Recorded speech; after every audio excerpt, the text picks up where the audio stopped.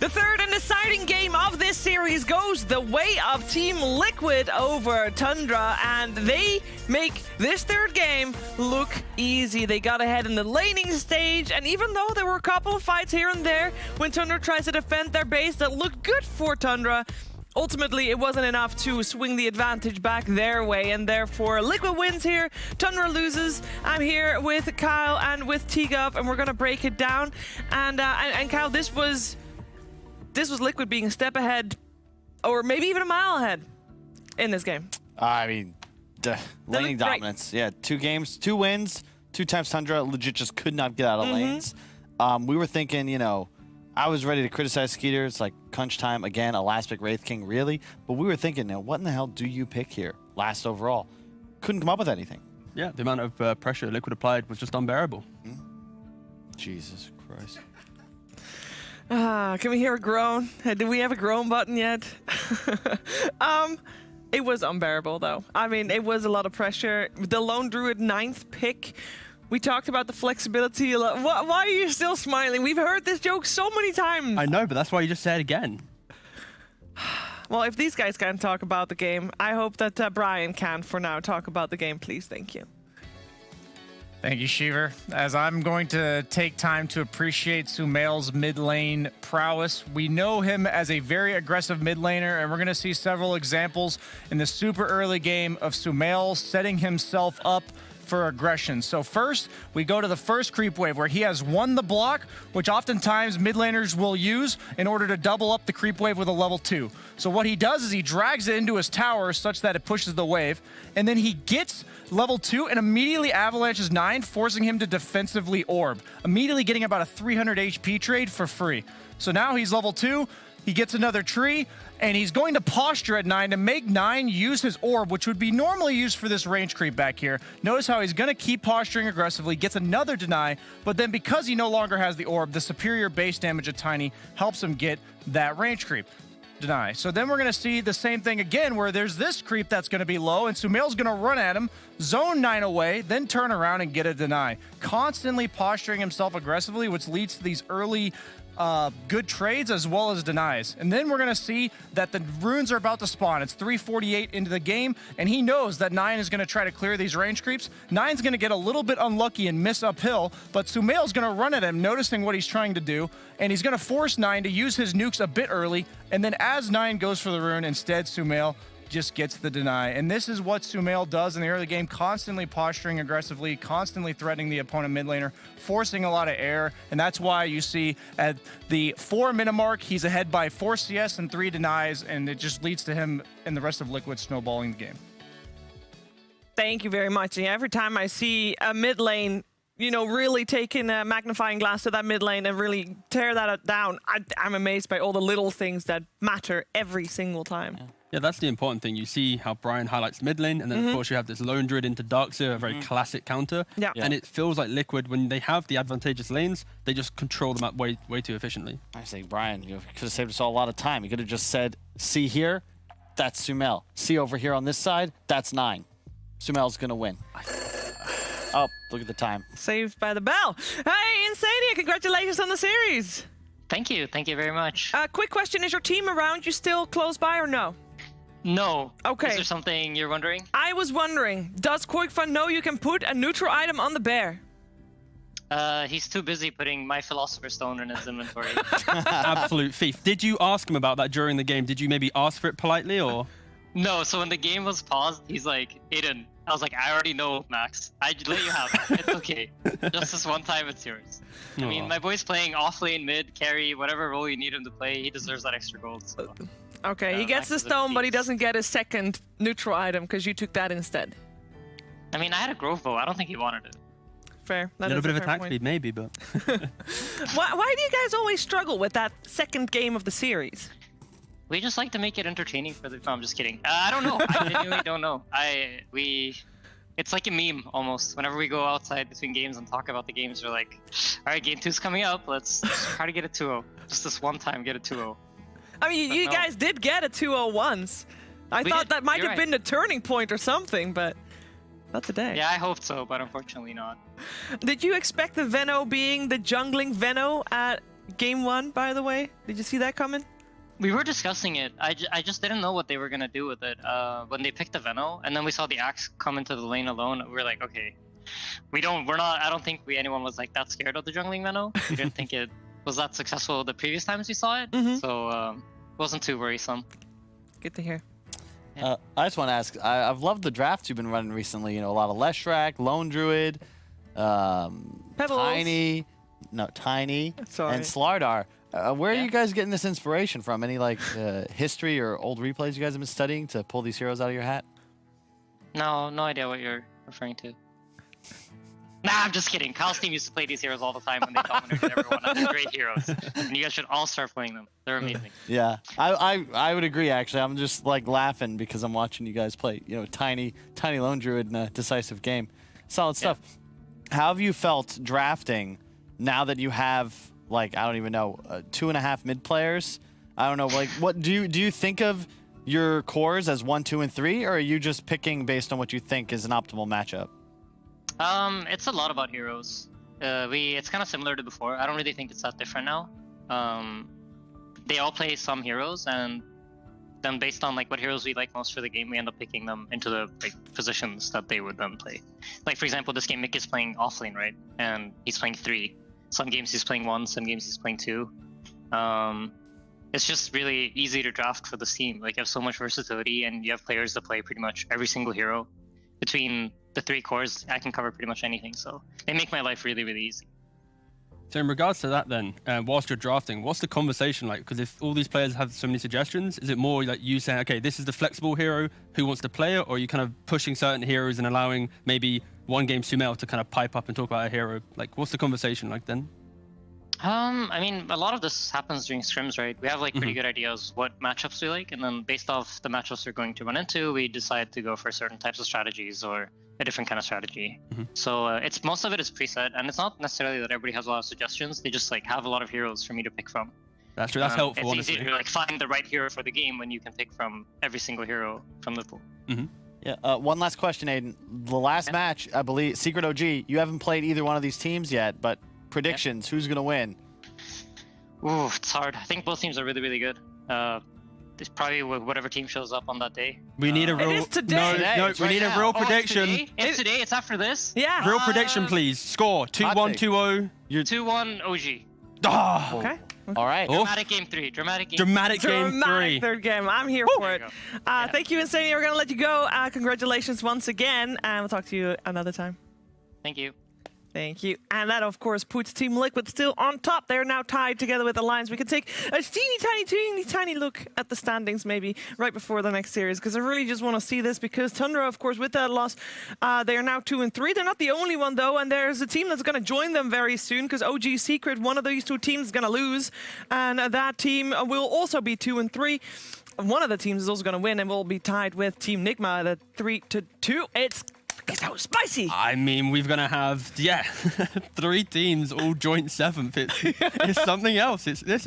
I just love this group stage so far. And I at the end of the day, Alliance and Liquid now 4-1. I'd love to see them both clean out the rest of this group stage, because I just want to see a rematch. But there's Team Liquid has to face a little bit more tougher teams than Alliance, though. I just want to see a rematch. I want to see, But that's technically Alliance's kryptonite so far. They beat the good That's true. teams, and then they're like, oh, this is an easy one. This is oh, well, no. but we'll see. I mean, the reason that the camera was just on me is because we want to move on. And I know that you want us to move on as well, because we're moving on to our next series. We're going to have a bit of a break, but then we're back. And it's time for OG versus Team Secret. So stay tuned. We'll be right back. After the break.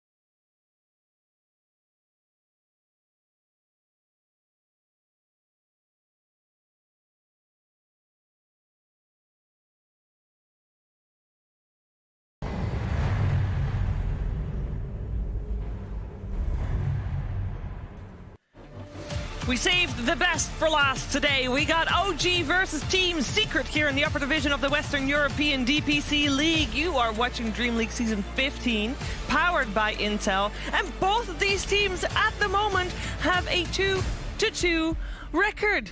And that means that this series is so important because it very well could be the series that decides major or no major, but also are maybe tied for elimination? What? Ooh. Is that a chance? If you are 2 and 3, yes, you will be tied for 7th place.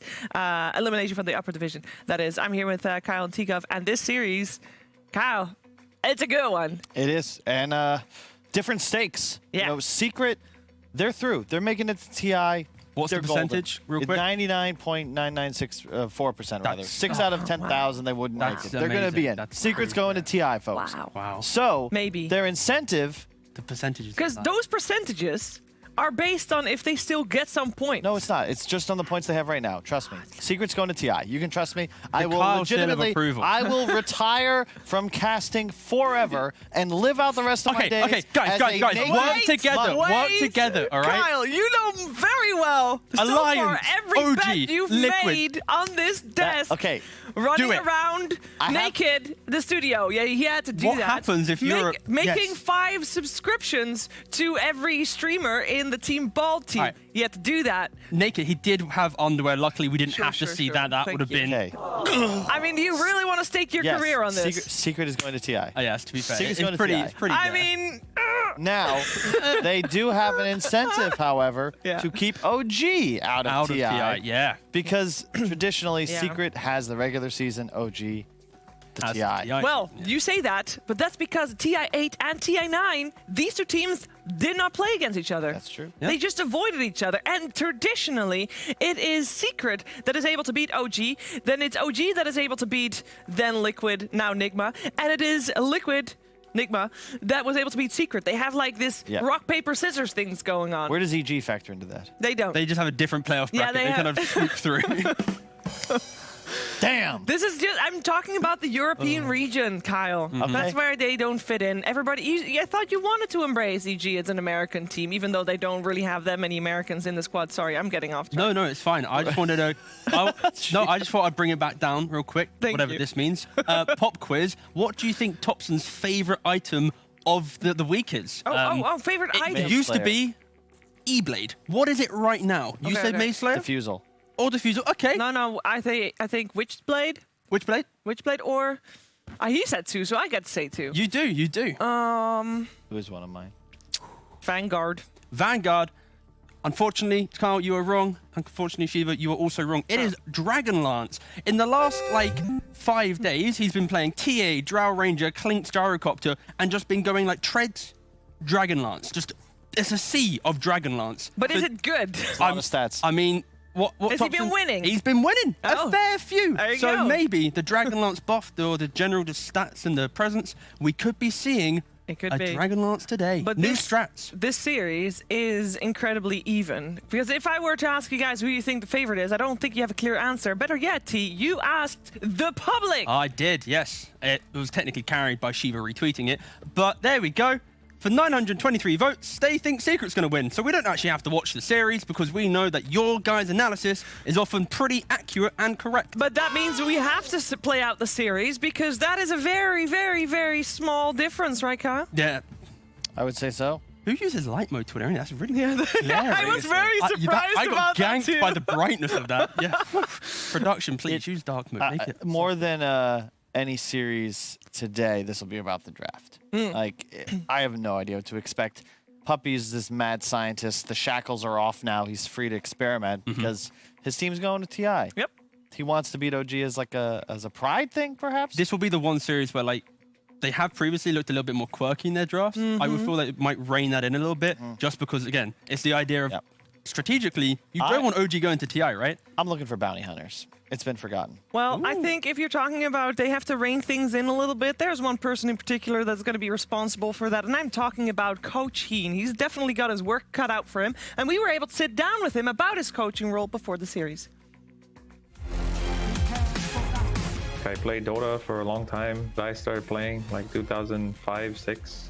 I mean, I only played for Korean teams, like within the same organization. I initially started in MVP Phoenix, and then after TI4, we kind of like split and remanage the roster for both teams. So then I moved from MVP Phoenix to MVP Hot 6, and after TI5, I stopped playing as a player in late 2015, and that's when I started my first coaching job with Team Liquid.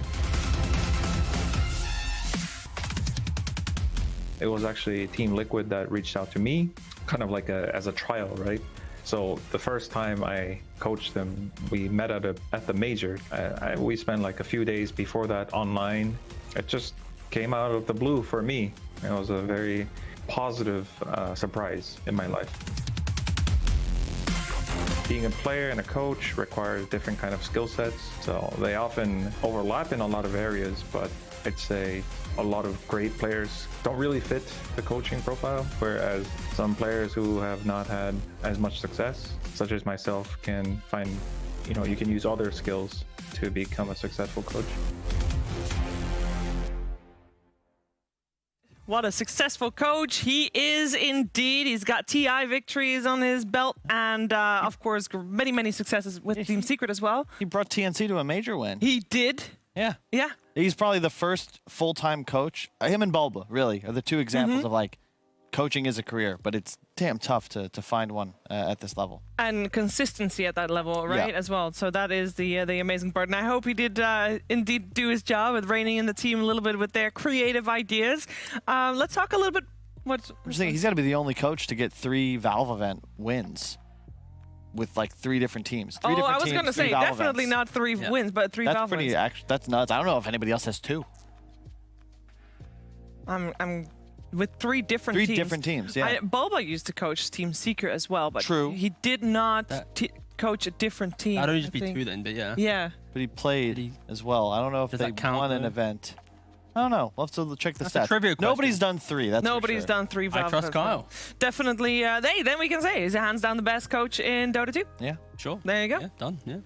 European. Claimed. Sorry. Easy. Take the wins and we can get them. Sort of.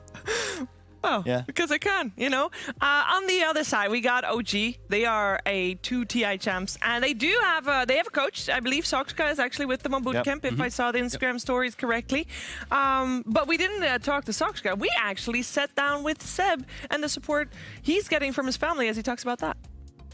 He always seems to have the trump card. As a teenager in around 2010 in France and stuff, it was very hard to get people to see what you saw yourself in gaming. Of course, it felt like it was me versus the world. If I didn't get stronger from all the lack of support, and even it's more than lack of support, there's actually people fighting you to quit. I've heard it all, like that I'm wasting my life, that it's a shame.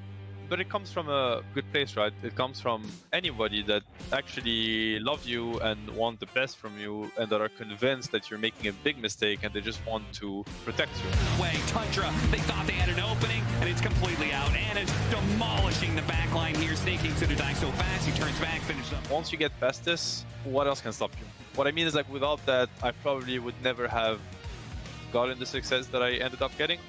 But because I made it, right? And because I was able to go through that. But I'm sure a lot of people are just broken, and a lot of talent is being wasted. Battling it out with Anna right now, but holy crap, that was a lot of damage to the sharpshooter. Today, everything is perfect. I mean, my family and friends, they witnessed the TI wins. They were there in the stadium. I saw in their eyes that they got it, that they understood what I was chasing. Hearing the audience, looking at the hype around it, they understood that this is a big deal, and this is a very hard mountain to climb. But then once they kind of did it with me, just by being there, then I guess they understood, what it meant and what it represents. Yeah, that man has done it all. He was on panels at TIs. He was winning TIs as well, and he's gotten it all, and he is still not done. Not done with Dota 2. Still chasing for yet another TI victory. But if they want to make it to TI, they gotta do well here. Maybe do well at the major. Otherwise, they have to go through qualifiers, which I know OG is not too worried about, Kyle. Yeah, definitely not. In fact, they've done it before. Yeah. They might feel more comfortable. Yeah, it's their own road. Yeah. I've not empathized, whatever. I feel Seb though, and he's someone. I mean, I think a lot of us thought he should give up. Let's be real. When he played for like TI3, TI4, TI5 era, he didn't really seem. You know, I would have put him in like the Lacoste category of professional player. Like, it was pretty good, but he should stick to the desk. And then out of nowhere, he's coaching. I feel like that's a winning flame TIs. to Lacoste. What's uncalled for? That was just. If you're going to flame anyone, you can flame Synderen. I He's mean, used to Lacoste it more. got to a TI before you can't. You can't Yeah. Went to flame the him. first one. No, and the second. And the second. All right. And what did you do? You're just flaming. He's not even here, Kyle. Did I can't face even the himself? same generation What of is this, players. Kyle? Well, I mean, it's not a flame. Just railroading bit of a Lacoste. That's a flame. big flame. If Lacoste suddenly came out in one TI, you'd be pretty surprised. I would be. Yeah, that's all I'm saying. I mean, we shldn't be taken away from Seb here, right? Seb's, he's a top lad. Yeah, he is a I'm top not lad. saying he isn't. I'm trying to say I feel. the All right. improbable rise. Yeah. All right. Okay. That's. We understand, Kyle. We where you do stand. understand. We Ooh, do. something that I also understand is that when all the lower thirds disappears instead. It's drafting time. We got Team Secret on the Radiant side, OG on the Dire side.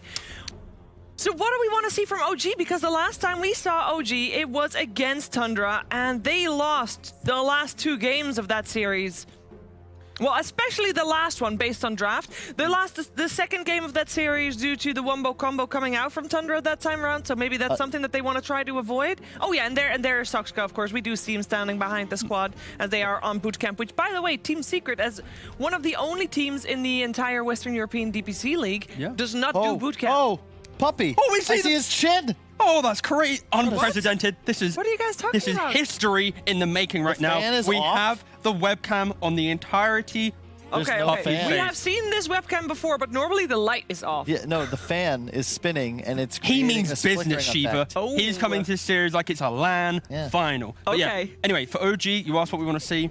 They're often a team that isn't scared to experiment or at least go left field in the official matches. You know, when some of their drafts. So I feel like this is the one where I hope that in their week of prep, they facilitate exactly what strat they want to go for and they fully commit to it. And they don't get a little bit too kind of reactive in the draft. Because again, they're a team that isn't scared to just pick what's best. Just, for me, OG's always been about damage manipulation. They either stack reduction or they abuse minus armor or some sort of steroid style for their PA, for their troll. I think that's what they want to stick with. Elder Titan in the pool, I'm always happy when I see them pick that up. I didn't like the draft they had against Tundra, which was just kind of the opposite of what I think when I think OG. This just all in on the Oracle Slark tops and popped off on a Bloodseeker, but they went for all these fighting items, had no scaling power. Whenever you have a Slark at 50 stacks and you're still not winning team fights, you know something's wrong with your concept. I like the fact that Secret did obviously take away the Grimstroke, because for OG in the second pick position, if they do go back to more standard stuff, they can just go Grim mid and just flex it in general. But Yeah, but Grim hasn't had the greatest success just in general. We've seen Poppy play it twice so far, also 50% win rate for him. It's not like... I guess isn't it an doesn't auto show win. that much. The last time that they played Grim in this pick position, they did lose to Nigma, and this was one of their opening series. But I guess the interesting thing here is just OG. We're seeing kind of Clockwork be a little bit more popular today. We saw it just in the previous series. And where is it running? Is it the 4 or the 5? That's the question. It looked really nice in the 5 game. And this is the Game first 2. Clockwork that OG plays this DPC League. It's Dragonlance time. But that's such there you go. early Drow Ranger. This is like the OG way of drafting, right? If they're confident in a strat or a like, thing, they will just force it into the game. And so this is still on brand for them as well. You know, the Drow tempo lineups are certainly in their wheelhouse. Should leave them pretty flexible too. You said Thompson is willing to play at middle. Yes, correct. So Ana, I'm sure, still could, but it's quite open for them. The question now for Secret, like, could they not just go for like a PL pick or something? Just a casual, we completely hard counter the clock and the Drow. Even if you flex the Drow away, you then ban it, recover it with 3 bans. Okay, they go for a Mars. Like that. A bit more team fight. I was thinking DK or Mars is just safer. And they don't want to fall into Still the trap very of open. instantly reacting, maybe. But Yeah, okay. it's too early to pick PL because the trouble is, yeah, you might deal with the Drow, but there's a lot of heroes that just delete Phantom Lancer. You know, Storm would become scary, Timbersaw. Lash. There's a handful for sure. It's pretty cool to see these heroes come out for both the teams, because 3 of these heroes, like for example Drow and Clock, not played this season yet by OG. Mars not played this season yet by Team Secret, so they definitely are coming in with something fresh, both of them. Yeah, I think it'll be interesting to see what type of flexibility Secret has with the Mars. Of course, it can just be offlane or mid. We've seen teams run it mid before. Yeah. But I just expect Zai just to be playing just a casual Mars in this position. Yep. It could be Nisha too. I think if they expect a Drow mid, it might be more likely, but you really never know. These are 2 of the more unpredictable drafters in Dota. And I'd say that a lot of what they do is designed so that people like us don't know what they're doing. I do like the fact that in regards to the Mars pick, it's like historically a very good counter to Drow, because you can easily mitigate the damage with Arena, but also you're a hero that naturally gets on top of heroes, and that's what Drow hates playing against. She doesn't like having just big team fight around her. You think it would have been one of the heroes that OG would have banned out in the second ban phase? Potentially, but again, it's one of those, they're going to get something countered to them. I don't know if they're... But yeah, I think Mars for sure is a priority ban against the Drow. Okay. It just feels very good. Well, we see Team Secret prioritizing the tanky offlaners. We got the Underlord and Slardar bans. So far on the side of OG, they banned out the Wyvern, which is a good support against Drow. They're leaning heavily into physical damage, it feels. Like, yeah.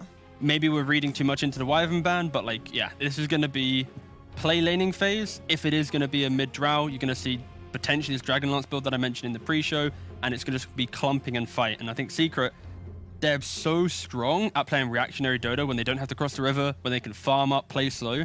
And OG is basically going, okay, if you're playing slow, we're going to play at like X2 speed in the hope to overwhelm you.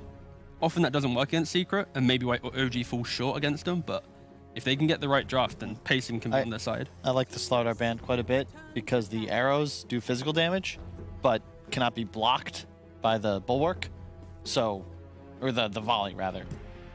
And it's just too strong. It's one of my favorite combinations in Dota. Draft Slardar also makes Roche a breeze. I mean, Slardar plus literally anything just feels great. True. So OG now, after banning out, the physical damage removal of Wyvern, they continue banning out like the backline catch. Yep. The DK would be really spooky too. I've always loved Drow DK for the same reasons. 10 seconds remaining. What are you guys talking about? So just we're trying to work out who this fine chap was. What? He's a cameraman. Oh, yeah, he's a cameraman. Yeah, OG, both these teams, I'll give them a little shout out. Some of the better social media games. Some of the strongest. Absolutely. Yeah. Secret Twitter guy is definitely on point. Definitely a fan. We gave him some free content with the Insania prediction. We did. Both teams will be lapping at that to get that on the old social medias. Oh, look at this beautiful camera shot of a camera shot. Very, very cool. Yeah, exactly what I was wanting as well. I like how No-Till has really embraced the Corona haircut. It's got good hair Free for it. flowing locks, yeah, beautiful. And Tiny, another form of just jumping. Yeah. I've heard this is top. He swore a solemn vow not to cut his hair until Because a third TI victory. It's his power. Yes. Yes. Oh, That is- Brewmaster coming out. That is something you do not see very often. Could be a Soxa. Soxa's clock. This is a brew Seb, 5. It's a Seb brew or no-tail brew? No, I feel like right now it's a no-tail brew to enable another ranged core potentially. So then you have Drow plus carry being ranged. That means that you've got a support duo of Clock and Brew, and that feels... They're fighting. That's the I point. guess They're you need going. something I to don't go know. in, but it's not that... I like brew a bit more as an Ooh. offlaner, I think, just because the axe is just so good. It's like the only item you need, and it is quite nice here. You can AoE dispel the Inkswell. And there's the Dark Sea, yeah. So Cool. it's a 5 brew. All right, you were right. The Mirana is cool, though. You don't really fear the clockwork. You can obviously leap out of the cogs, and it's really easy to play with the Mars because you're just going to hit. Arrow, spear. Done. Yeah, You're dead, exactly. yeah. It's a really strong You lane don't combination. need any other setup? You're good? It's the lane. You might get another setup, but the idea is, I believe the Mirana will get the Blightstone, and you just click the enemy. The disparity of these two drafts right now, it's like Secret's very clean looking. You got Grim 5. You now got just a casual Blood Sea. Like everything's just like it follows like a textbook. OG, Yeah. it's like Yep, sure. Yeah, we've got a Drow. It might be the carry, might be the mid. They are second pick as well, so they can Yeah. decide at the very end. But OG's playing for pace, playing for team fight control, and just the early I just presence. worry their draft is so complicated. You know, That's Secret, true. it's very simple. It's I'm like gonna Tundra's rupture the game 3, Darkseer. right? The idea, like Tundra's game 3, where you have the Darkseer clockwork, it has to have a great time, otherwise the game can fall apart quite quickly. It's just more difficult to execute properly, I'd say as well. And Secret have really simplistic ways to punish. Their lanes are incredibly strong. That's true. Yeah. That being said, more difficult to execute is not necessarily it's OG. They will be able to execute. They should be able to execute. Let's phrase it like that. Yeah, so the pressures right now for OG is they're going to have a decent clock Darkseer lane unless Secret is flexing the Bloodseeker or Mars to like a mid offlane role, opening up a carry pick still to remain to go into the Darkseer, potentially some Morphling or something, and then that's now Secret with a win condition and a way to deal with the Drow. But yeah, Secret, they're going to have a really good time in laning phase. For both teams, 3 out of 4 heroes are heroes that they haven't played this season yet. Love it. Nice. I mean, for Team Secret as well, we've seen the last time they played was like, what, more than a week and a half ago? When was their series against Alliance? Was it last week? Been a little bit of time. So the It's last been a time while. that Secret played was, on the 28th of April against Alliance. Yeah, 2-1 loss. that's last Wednesday. Like, as in, not last Wednesday, but the week before that Wednesday. Some time ago. Very long time ago. Not a lot of data to go off of for both of these teams as well. Yeah, This is Secret with the Depending on how research. much they scrim. We don't know that if they Normally, the scrims in like this DPC is you scrim teams in your league after you've played them. okay. Before you've played them, you look towards like the Eastern European division, like Virtus Pro, Spirit, and RV. But they probably haven't scrimmed. I feel like there's still very much, different hero preferences perhaps, but the drafting pattern is VP to a T. They're constantly opening with their off lane, and therefore Sure. same as VP, who prefer maybe Timbersaw, whereas Secret, they're going to go for a Mars here. Don't value the Timber as highly, but I like the fact that, so in regards to Secret, the Bloodseeker just being the carry, because in Darkseer you'll have to heal, you won't be too pressured out of that.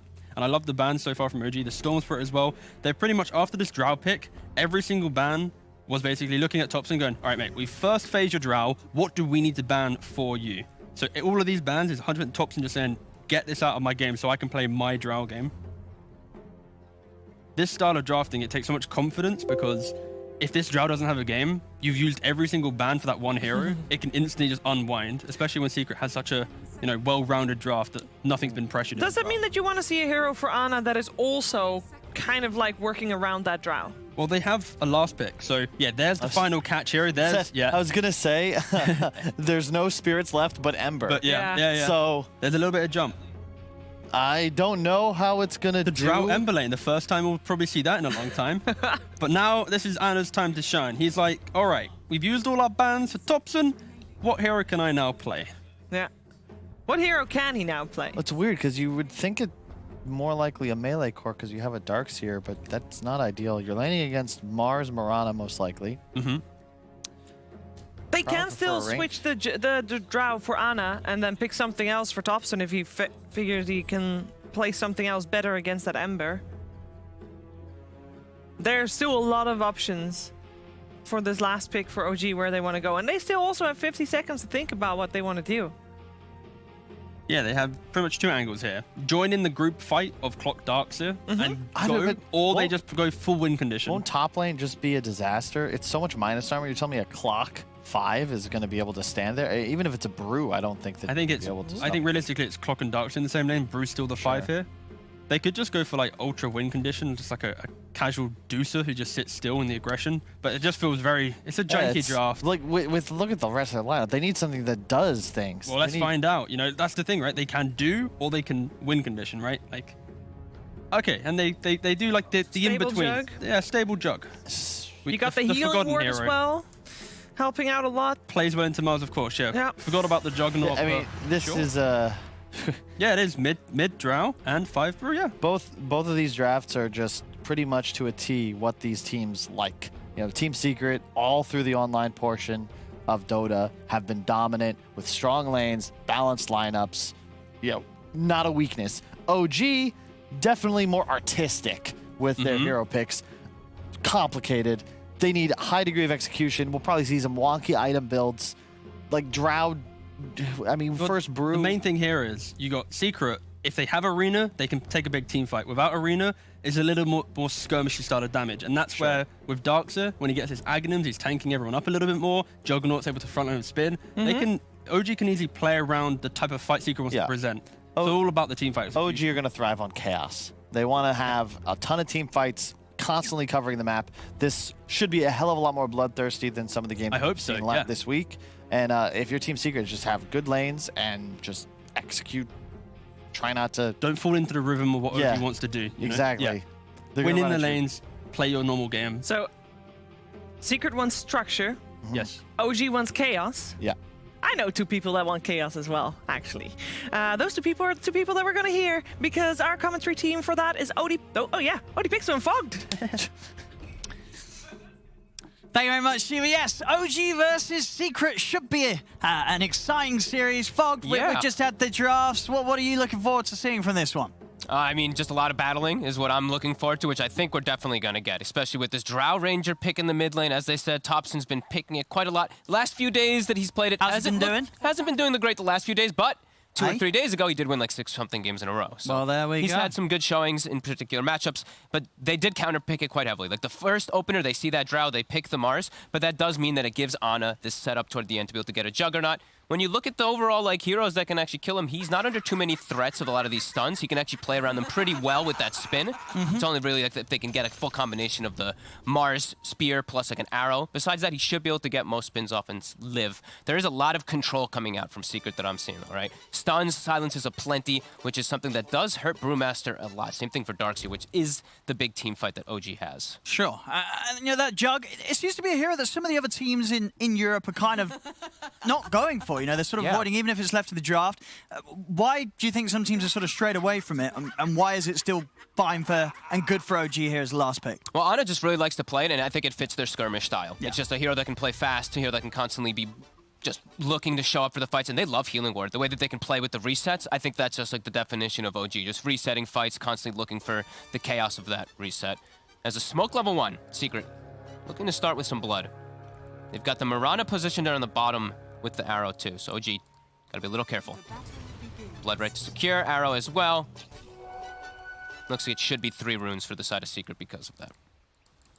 Okay, and so overall, you do expect that when it comes to the lanes, Secret should have a slight edge in the matchups. Yes, I'm not sure about the mid matchup. I still think Nisha should do fine because the Flame Guard, you just push the lane in constantly. Drow should probably still just free farm too, but I don't know how much pressure you're going to be able to place. Bottom lane, this looks a little tough for Darkseer and Clockwork. Just one of the better just spam lanes, right? Grimstroke and Bloodseeker just able to constantly push the lane out. You also have the heal that's going to be coming in as Bloodseeker versus Darkseer. But I'm going to be watching mid. You know, this is not a matchup we get to see too often, so let's see if the high physical damage from a Drow is able to take advantage of some slight low armor. Yeah, we see straight away with the level 1 multi-shot, just using it immediately to make sure that the wave doesn't get pushed in upon him. Yeah, I like that. On top, it looks like we did see an arrow, perhaps immediately onto the range creep, and just already some manipulation up here of the actual lane equilibrium. And blocks aplenty. Looking at these sentry wards, top is the one that's more focused on from both sides. Noto will find the D ward, he'll have a pull open to himself shortly. But they're trying to keep this positioning here of the lane. Secret, they want to be able to pull it back, because when you're playing versus Jug, you can get that extra little bit of harass. And he doesn't have a great support next to him, right? He has a Brewmaster, which Noto could suffer quite a bit here. But Orb of Venom, pretty nice to be able to push away Yapsor at least, because he does have just level 1 arrow. But yeah, bottom I think is going to be the one that is going to be really tough, especially for Seb. This is just a straight-up counter pick in the lane for these two. Sure, but I imagine we should see down in this bottom lane eventually what Saxa or Seb starting to just grab the creeps from behind the tower and avoiding playing the lane straight into the heroes of Secret at all. It gets better as you get more levels, because you can actually force the lane in almost as hard as a Bloodseeker once you get like level 2 Ion Shell, but we have seen some troubles, at least from some of these double melees. We'll see a Yapsor more than happy to trade hits back at Noto. Oh yeah. Starting items too, the double Fairy Fire. He reblocks before the 2-minute. He's going to take out the Sentry as well, prioritizing that lane positioning as we were mentioning before for Zai. And Ana struggling already. Just only up to the 5 last hits to start off here. Bottom, shouldn't be able to net themselves a kill, but just pushing them away there. They get in range for the Inkswell stun, but not quite in time to hold them in the Blood Bright.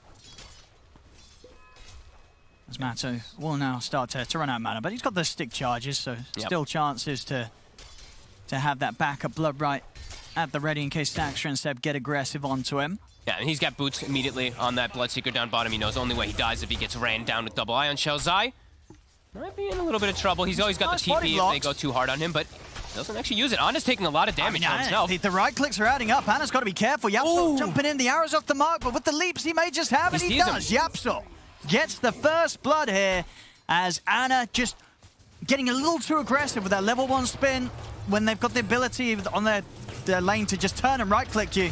Nice vacuum. It's going to be risky. Bottom lane, Matu. He's out just in time. They've got a salve good to go as well, so Matu will be kept safe. Only 6 last hits on Seb. He is continuing to suffer down here at the start. And mid, though, we're seeing a lot of denies being built up. So that is the beauty. He's just going to probably build what? Just straight damage. He goes for just into a Band of Elvenskin, into early treads to be able to get a lane advantage. Nisha's still also getting some last hits, but yeah, Drow matchup. Drow favored. Yeah, at the moment, pretty much the only lane that OG's having that edge on. The side lane is definitely a tough start here for OG. No, especially that top, just 9 CS at the moment on Ana. Sox is actually just going to suicide the tower too. Down bottom, tier 2. Gives his life just to reset the lane, just so he can refill. Probably bring the bottle, I think, for Seb, but does he actually even have it done yet on Seb? He doesn't just yet, so either way, he wants to be able to make his way back down healthy so that he can actually try to pressure the Bloodseeker, because they're really, like, look at bottom. It's 6 last hits. He's getting almost nothing.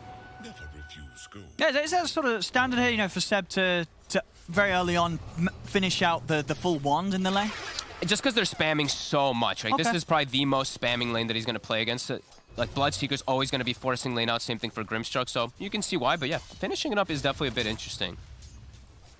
Thompson 10 denies already, 22-10. So he's going to be the big one to watch. Yeah, those side lanes really suffering. Thompson's going to have to do quite a bit in the mid game with the way that the top lane and bottom lane are going. This could help clean things up a little bit for them. Stick charging Bob and Zai. Oh, he gets the spear off. The tower. They may have killed Zai, but Zai, with that final spear as he goes down, will set up for the trade. That was so big brain. Like, he waited for the final moment to pop his stick too. Gets the angle. Saksa also gets the angle himself here with a rocket. Nicely done. Starting to heat up already on both of the side lanes. Definitely seeing the big advantage, at least, of having Thirst too inside the laning phase. That was why we did see the top kill first from Yap, so you get all these vision advantage. And just harassment in early game will be making that lane better. We see okay, he's putting stats in, so even more base damage. Look at this. Okay. Treads, and then he's going to go straight for that Dragon Line. So he's going to be very tanky as this Drow. It's going to be interesting to see, because, of course, you know, Drow here, the stats are nice, but also the extra points and the skills are pretty valuable, so no, we'll see. This is obviously the way that Thompson likes to play. As you said, we've been seeing it do a lot. And again? That's 3 times. You asked why we weren't seeing the jug so much. I guess this is why we're not seeing the jug. Well, I'm barely seeing the jug on my screen at all. He's off the map. True. Seb connects things well onto both. Seb will be able to get away. Nice cogs. Yeah, it's Saxa. We'll be able to hold back Matu, so Seb will be safe. Seb actually starting to salve up. They're going to be able to turn with the vacuum. Matu, he's getting low, but he's got that movement speed. He's all over the place. He's able to run away very easily. It's so hard to see the Ion Shell in this Clockwork, too. Oh, look at this top Zai. He's in onto No-Tail. No-Tail's in a bit of trouble there. Do they already have Arcane Boots on Yapsor? They constantly will have mana to go for these pressure plays here. They've got the spear. See if they've got the damage. Ooh, they do. I mean, this top lane is getting pretty darn messy here for OG. They're going to need something beautiful out of Thompson. He is having a good time, but man, everybody else Thompson's suffering got to carry so hard. hard. Oh, yeah. So, like, Arcane Boots so early up top, that means they always have the mana to be able to go for throwing these spells out onto Ana and No-Tail. We knew this lane would be tough, but maybe not this tough for them. I mean, that's the thing as well. With Thompson's build getting the points into the stats, though, that doesn't sort of say, hey, guys, I'm going to be ready to come to the side lanes and help you out, right? That says, hey, I'm going to be hitting the creeps. Does have 2 points at least in Frost Arrow, so maybe it will be building up as he can make moves with that. Spot him. See Puppy with the 6 charges. He will go down, but Matu's able to get the clean up in return. Thompson's moving down. He is making the rotation. Oh, with the arrow! With the arrow. Yapsor comes in with the rotation, catches Seb off guard. Seb goes down, and Thompson can't do anything now. Nope. He needed the +1. At least somebody to be able to body. But he's kind of sticking around here. Might wait until the Clockwork does come down, because he can still kill Matu, but nah, he's actually just going to make his way over. I mean, but we're seeing it, 7 minutes in, top 5 net worth, 4 of them are that as secrets. Now, Yapsor, of course, you know, he's 400 gold ahead of Ana. Oh, yeah. that is problematic, as we see the item build 2 from YapzOr. He's just going to be building straight toward a mech. Really good item to be able to match up versus eventually what you would expect, like a Darkseer mech, but also just the armor that you're always going to be providing with versus Drow is going to be really nice. Same thing with that bonus heal. This is going to be hard for OG. I mean, I'm ready to be surprised at least from a Drow, but I don't know what he's going to be able to do because it's not the easiest of Drow games either. They have a lot of ways to get on top of him. They have the Mars ult to block versus the regular attack. Sure, the multi-shot will be able to go through, but doesn't look the easiest. And now they're giving N0tail the mid lane since he's near level 6 at the very least for them.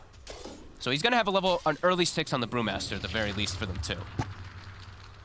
And where do you think you're looking to go with that first primal split? Like where's the biggest potential for OG to make a play? I mean, they need to fix like all the lanes, so anywhere he hits really is going to be good. I think bottom could be a good one though, because they need to slow down this Bloodseeker a bit. As he's getting a bit too out of control, and he's got the best matchup at least to just get right on top of that Drow Ranger. I do think N0tail would like to make the move bottom, but he might just go down. He has a haste. He's fine. A lot of damage here though for Nisha with that DD.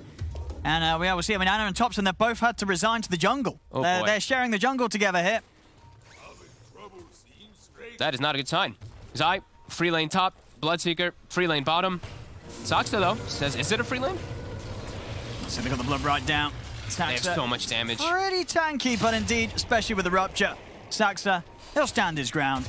And he does get... Okay, Saxa! All right, he'll take that. He'll certainly take that. Brings Matu down with him. Nisha's down here. The split. All right, they might get some more. Nisha.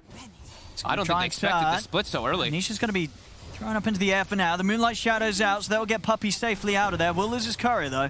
Nisha also just breaking away, respecting the split here from N0tail. Ooh, definitely wanted to. I mean, I don't think the side of Secret expected such an early Brew 6. I don't think the side of OG expected such an early 6 on that Mirana from YapzOr. We're going to see here an attempt. Seb, he's going to run with the Remnant. He can close the gap. Nisha's able to close in, make sure the Inkswell connects, and Seb will be taking out Courier as well. Well, he'll certainly take that. That's N0tail's boots out of the game. Oh, and now, likely he just gets ran down his top. They will get at least a return kill onto Zai finally for Ana. But yeah, quick moves. Secret Array up to 3k gold lead from these quick moves. Like you said, the 4 top out of that 5. But Ana finally getting himself involved back in with Saksa. He's catching back up a little bit, getting some action, making sure that that first Omni Slash finds a kill. This Darkseer is just so far behind, though. This is the really big concern for me. Is it's not an easy game for him either. His mech timing is going to be slowed down a lot. The mech's timing is going to come out at the same time or slower than the Mirana, the 4 position. Arrow. Off the mark. Yeah, they're ready for that there. Want the vision up. OG's doing a good job at least of securing runes I've been seeing. He's looking to see what he can do in the jungle. He's running down Topson. He's not going to go for any further with the aggression, though. Sacks are around, hookshot back up. Yeah, I feel for the most part, though, that it has been OG at least denying these runes away from Nisha, so I see him running around without like much of a full battle and no power runes himself, but still looking to play super aggressive. Oh, Nisha. He's gonna have the setup here. Oh, his courier's dead, though. Watching from the high ground. They get the spear over on the side onto Saxa. Nisha's in trouble. He's been gusted in vacuum. Nisha's gonna get taken out. Zai drops the arena. They found Saxa. See if they can get more out of this. They'll get N0tail. Seb and Topson trying to turn to take Zai down, but Zai's pushing on, forcing Topson to back off. Still got 1 charges available. Zai with the spear shoves Topson away. Will be able to give him the space to back off. So they'll lose Nisha. They'll get the 2 supports for it. Look how much attention they're dragging, though. All of OG has to show up to the mid lane. Their safe lane Jug is level 7. They are really suffering right now in this department. Onisha making a pretty big mess up there, diving forward, not expecting the gust, and he gets his courier killed. I think that's like 5-6 couriers already killed. Oh, and hang on. Nice angle. Saxa finding a big one down here. Excellent catch. I mean, that's the big target right now. Matu, king of the net worth. He's the one they want to be taking out. As he was hitting some scary item timings here. The Maelstrom had just been completed here, 11 minutes in on top of the phase, so he was about to really hit his stride. They have a mech already on YapzOr. That is so early. 5-0 and 1. He's gotten the majority of the kills for the team. But man, that is unbelievably straight up faster than the patch fastest. And there's that. I mean, that's not even on like a Mirana. I think that's on any hero. That's on any hero. I don't know. I've just made that up, but it's on any hero. It's damage might be an issue now, but Saksa with this surge able to get on top of Puppy. The arrow coming in. Puppy's still alive. He is still alive. N0tail not anymore. will be able to come in and clean him up, but they're going to lose heroes in return. Or maybe not the healing ward. Anna's able to get the healing ward out in time, keeps Saxter alive, and now Nisha, he's the one in trouble. He's got to run. The He's Omni dead. Slash comes out. Anna's able to take him down. And now Yapsor. They might give themselves something else here. Yapsor pots the mech. He's trying to leap back up to the safety of his tower, but Sax is in with a hook shot. As OG, they've found a third. They're not even done yet. They've got the traps on sides. They lay down the cogs. OG, they're suddenly getting 4 heroes, and they're losing nothing themselves. And they're back. Seb is completely back now. He gets himself a double kill. He's dominating. He has mech. How quick all this happens. They all just show up to bottom. Secret not expecting it all, completely in disarray. And they get the tower 2 off of all of it. Holy moly. It feels a cook shot just came back up. And he gets it off perfect. I've got to say, I feel like Sax is playing very well this game. I know he's died a few times, but some of the moves that he's made have... they've just sort of set up the catalyst for these fights that OG's managed to just go straight back into Secret's aggression. And really start to shut down that lead that Secret did have. You know, we saw off the back of the lane, Secret, they had 4 heroes in the top 5. It's pretty much back to even off those sort of moves. And Thompson was farming during all, too. Thompson was in the jungle just being a Drow Ranger, hitting some creeps. You see this one again. Just one by one there. They end up dropping it. And they do still have to be a little careful. I think Nisha maybe underestimated how much the Ion Shell would just take off him. Like, look, his Flame Guard, it's just gone. It's gone. And then he's like, oh, wait a minute. And now he's got to run. I got to get out of here. And as soon as the healing ward's out as well, they can't commit any further. And you see with the Omni Slash, not able to sort of put his Remnant out long enough and wait for it to get the distance to jump, you know, far enough so it would break the potential follow-up jumps of the Omni Slash. Yep. And top, he's going again.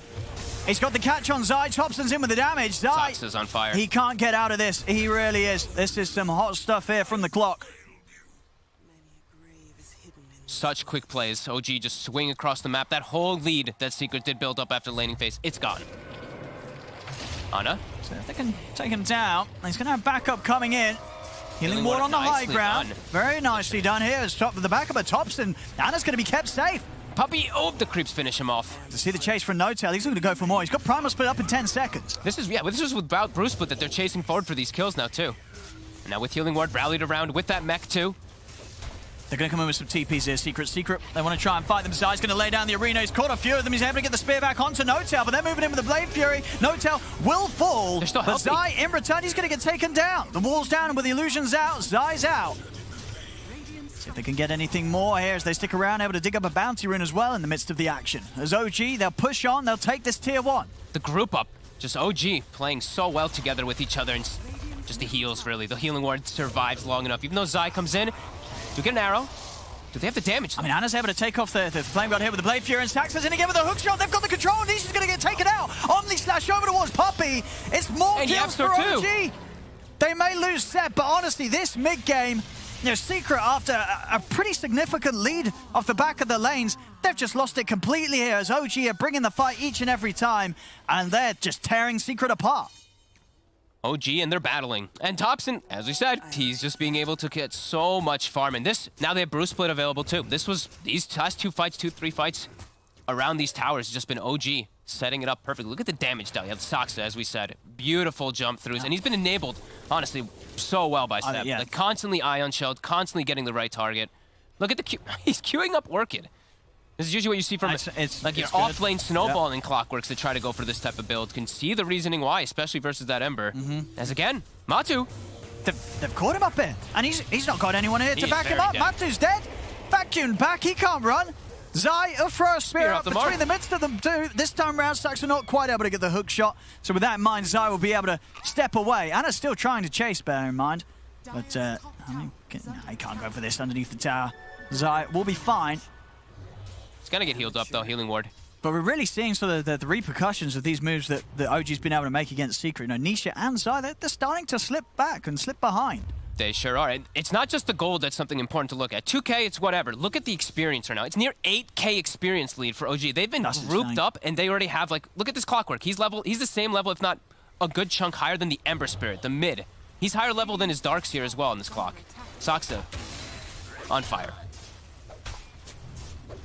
And again, rallied around the towers, rallied around their big team fight and Healing Ward. They're looking for Thompson. They are. They know he's been split off a bit. He's been getting so much space. And even with the 3 of them here, though, it looks like they're not going to actually be able to quite find him. Thompson's able to step out in time. And now they got to be careful. They really do. Sax has got the hook shot online ready again. Split still available, of course, for No-Tail. As we'll see that move again up top. Matu Just trying to push on a little bit greedy here. Only had Zai by his side, and Zai not able to get over in time to do anything about the two of them catching him there, Saxa and Seb. They're getting too split up. Secret has to somehow they get find another themselves kill? together, but they're getting caught one by one, and also in these fights by OG. Crazy recovery. 19-5. It was 13-6 or something at some point, right? So they've just gotten. The one out of the 3 heroes kills. watching him. I mean, that's not going to do anything here against the Blade Fury. And now with the wall down, Zai's the one that's got to be careful, Anna. He's got the Omni Slash at the ready as well if he sees the opportunity for a good target. They're trying to block Zai, and Cogs are down. Zai, he cannot get anywhere to safety. He'll drop the arena. The healing ward on the high ground again. They're not even taking any damage. I mean, they're falling apart here. Secret OG just outplaying them. Thompson, he's able to kill off Matu. He just stands his ground versus the Rupture. They're all full health. OG, the team fight just too strong. I mean, the lanes really didn't matter as it seemed really this didn't. game. You know, Secret may have turned up with, as you said, drafting to have that edge in the lanes. The mechanics were there. They were having an excellent time in the matchups. But when it actually came to playing the Dota, you know, coming in with this action, the team play, OG, so far in this game one, they're on another level. And they're always there. It's just like they're outnumbering them every time. I feel like Secret's doing a lot of these individual plays, and OG, they're just like, okay, we've got 3 heroes ready for your one hero that makes this play. And yeah, it's showing, absolutely. 4K lead. They have map dominance now, and they're not going to let down at all. That's the way OG likes to play. They're going to keep coming. They like to keep going. Even if they don't have ults available, they'll be able to. And crazy to say, too, is No-Tail is 3 components toward his Aghanims already on the Brewmaster, and almost level 12, too. So the frequency of these ults is going to be pumping out with 2 charges, too. Is slightly off the mark. We can give him a 1 or 2 misses as he's had a that was a tricky game. one there with the leaps. Yep. Yapso's away. Starting to build solutions. Secret getting very annoyed, of course, by Saxa. 4 staff now done for Puppy, but this damage really has been done. Zai has very little farm. You see he's queued up BKB on the Mars just to be able to survive versus this Clockwork getting on top of him constantly.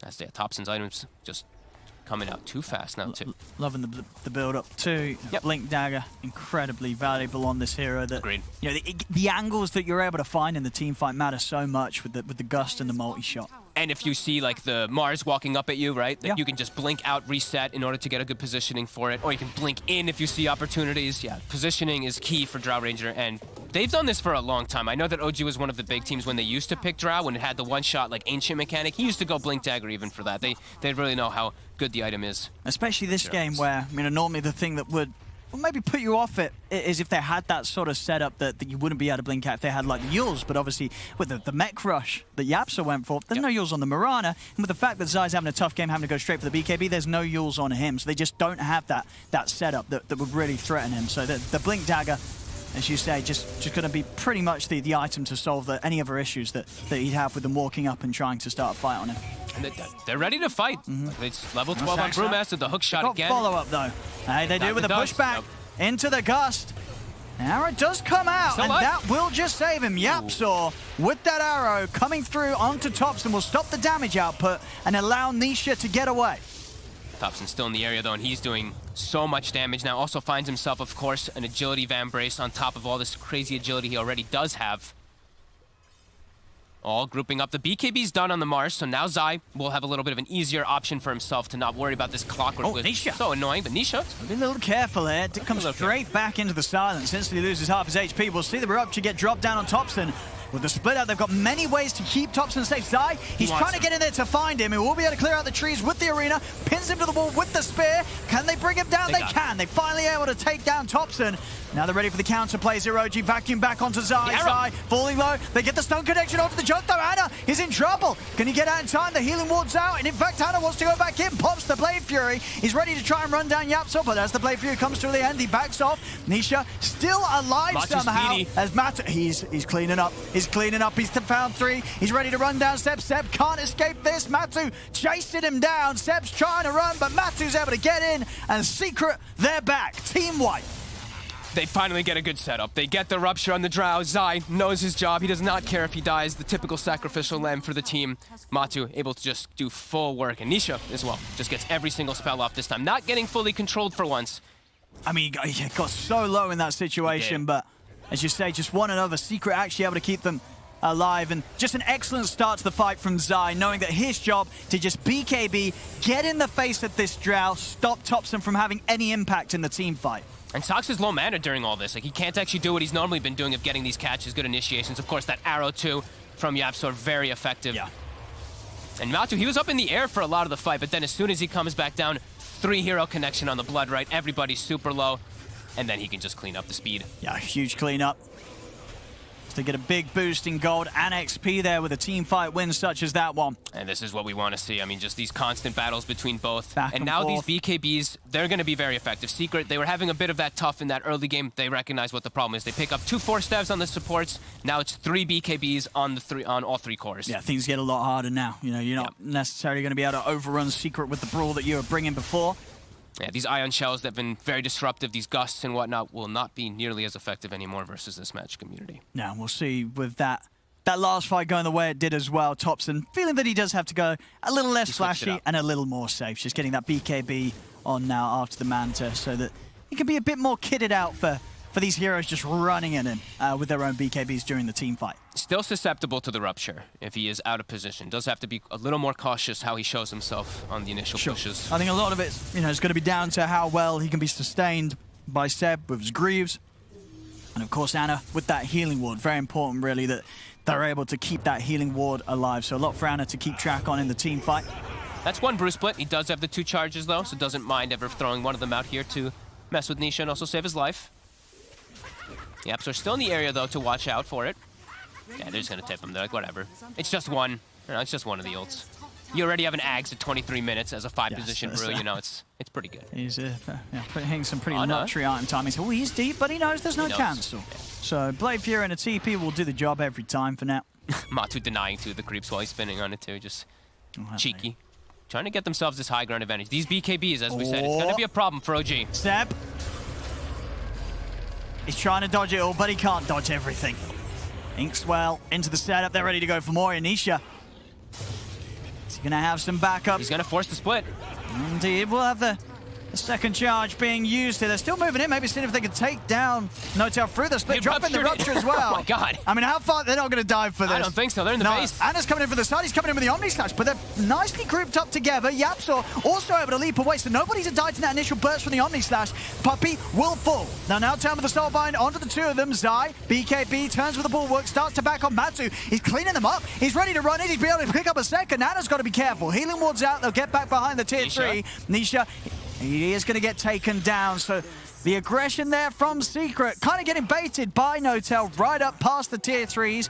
It will get punished by OG. They may lose a few themselves, but they are able to kick back and take out 3 of Secret for that aggression. That was a pretty crazy dive from Secret for sure around the tier 3s. The glyph gets popped and Topson able to hold his Roche is up as well. Can these 3 do Roche with the healing ward up in sure 10? They certainly can go for this. He's got BKB coming out for the drought too. Secret's going to be up pretty soon, so it could be a good chance. They've spotted it out as well with the scan, so Secret's going to head over. They've got good spam too. They just need to be sure to be able to kill that healing ward. Let's see. I mean, who's getting in and out though? It has to be YapzOr really, but he has no leap charges, so someone's going to have to go in there and try for it. Who's going to be able to make that move? Nobody can. There we have it, Topson with the Aegis ready for the next fight, as well as, of course, that completed BKB. And they're already making moves up top. Oh, no. Zai is in with the counter play. Arrow connects. And Ana's dead. There's no step. Maybe getting a little carried away there as soon as they go for a move. Topson, he gets soulbound. He's not going to be able to get away. The leash stops his TP. He gets leashed to No-Tail. He's trying to stand his ground with the BKB. Saxon does come in with a hook shot over towards YapzOr. YapzOr has been trapped in the cogs.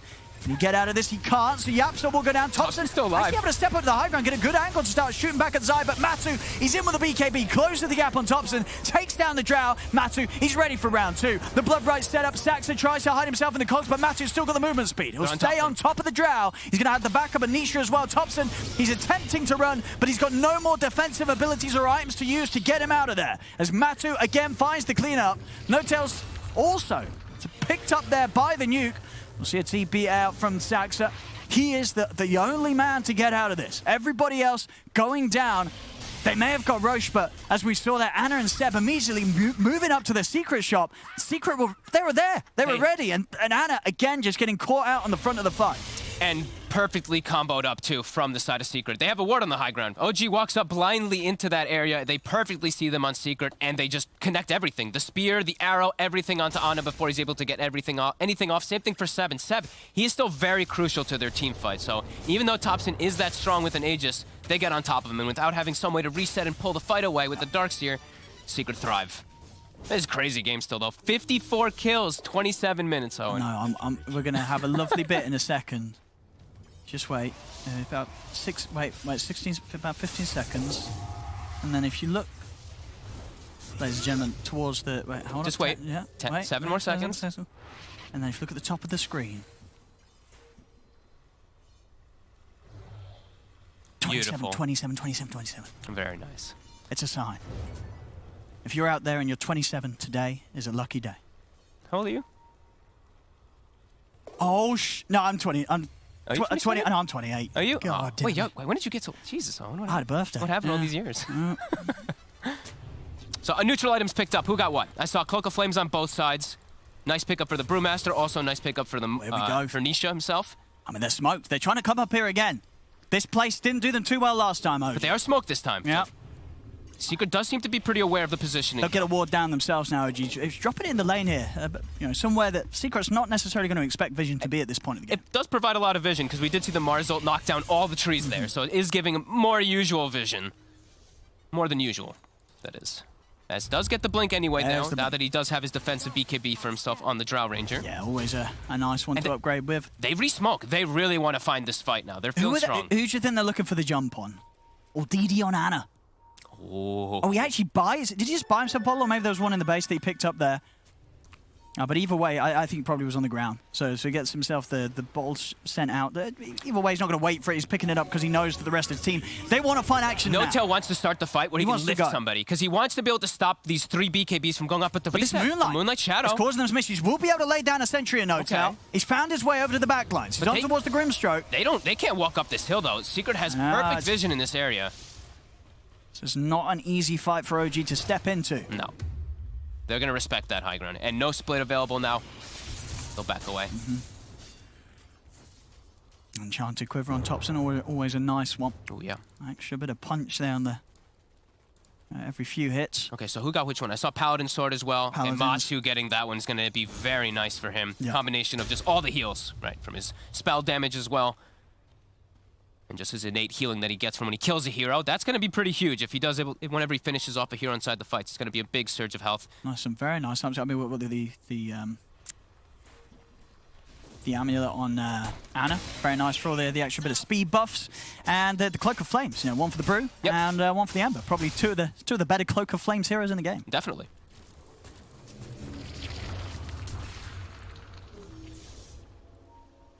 Does get himself the shard on the Mars. Very important when you're playing versus any Manta heroes. You know, you want to be able to show you pin the right hero. A little bit of downtime here. Scouting with the arrow. Secret just continuing to play around the high ground. Arrow connects, but they'll just ping him out. Now they know that they're all rallied in the area. Basher now finished up for Matu. So Ana's got to be a bit more careful with the blade on targets. Oh, look at the jump. They found No-Tail. He's very dead. I mean, with the Brew gone, I guess this is sort of 50 seconds where OG's probably going to try and do their best to avoid a team fight. Yeah, push bottom. They at least can actually threaten potential like high ground. Ana could just go up there. Does have to, as we said, watch out for the Basher, because he can't do the spin TPs as easy. He doesn't know the Basher's online just yet. He'll see it now, right? We'll see it now if he does click over there, for sure. Hey, they click on him all. They better. These are professional players. And they're just going to swing top. Creep wave dies in the mid lane, but they still have creeps up top to go for that tier 2 tower. As Ana doesn't see anything just yet. He's waiting for a moment until he sees more information. Topson's going to be the one who actually perhaps pokes bottom because he's a little safer, but Seb might be calling for a fight, it looked like. He's pinging in the area. How many brew splits do we have? We do have the one, almost two available. Two, right, yeah. On the respawn. Getting that tome as well. Trying to pump him up towards that 18. Ooh, Nisha has Ags now. So fights for the Drow. There's a lot of control, a lot of different ways to get on top of her now. Does have to be a little careful. Nisha also can always deal with these side lanes easier now. He has more remnants to be able to rejoin the fights. There we go, Saxa. Let's see what they can get. Zai. He's going to go for the opening. Great target. Straight in onto Zai. We'll get the push back as well. As the BKB offside, Zai. Actually able to step away from this, get the arena out as well with the blink. Zai's out of He's there. actually Stax alive. going to be the first to fall. BKB forced down Anisha. Anisha may be thinking about getting back in on this. The healing ward is down. He refreshed he overcharged or overclocked on the clockwork, and then he hooked into the spear, and it speared him away from stunning Zai again, so it allows him to reset and get away. That was an interesting little mechanic coming in. As it looked like a good initiation, but as we said, these BKBs are very tough for them to deal with still. Yeah, they couldn't quite keep Zai chain stunned to stop him from getting his one off there.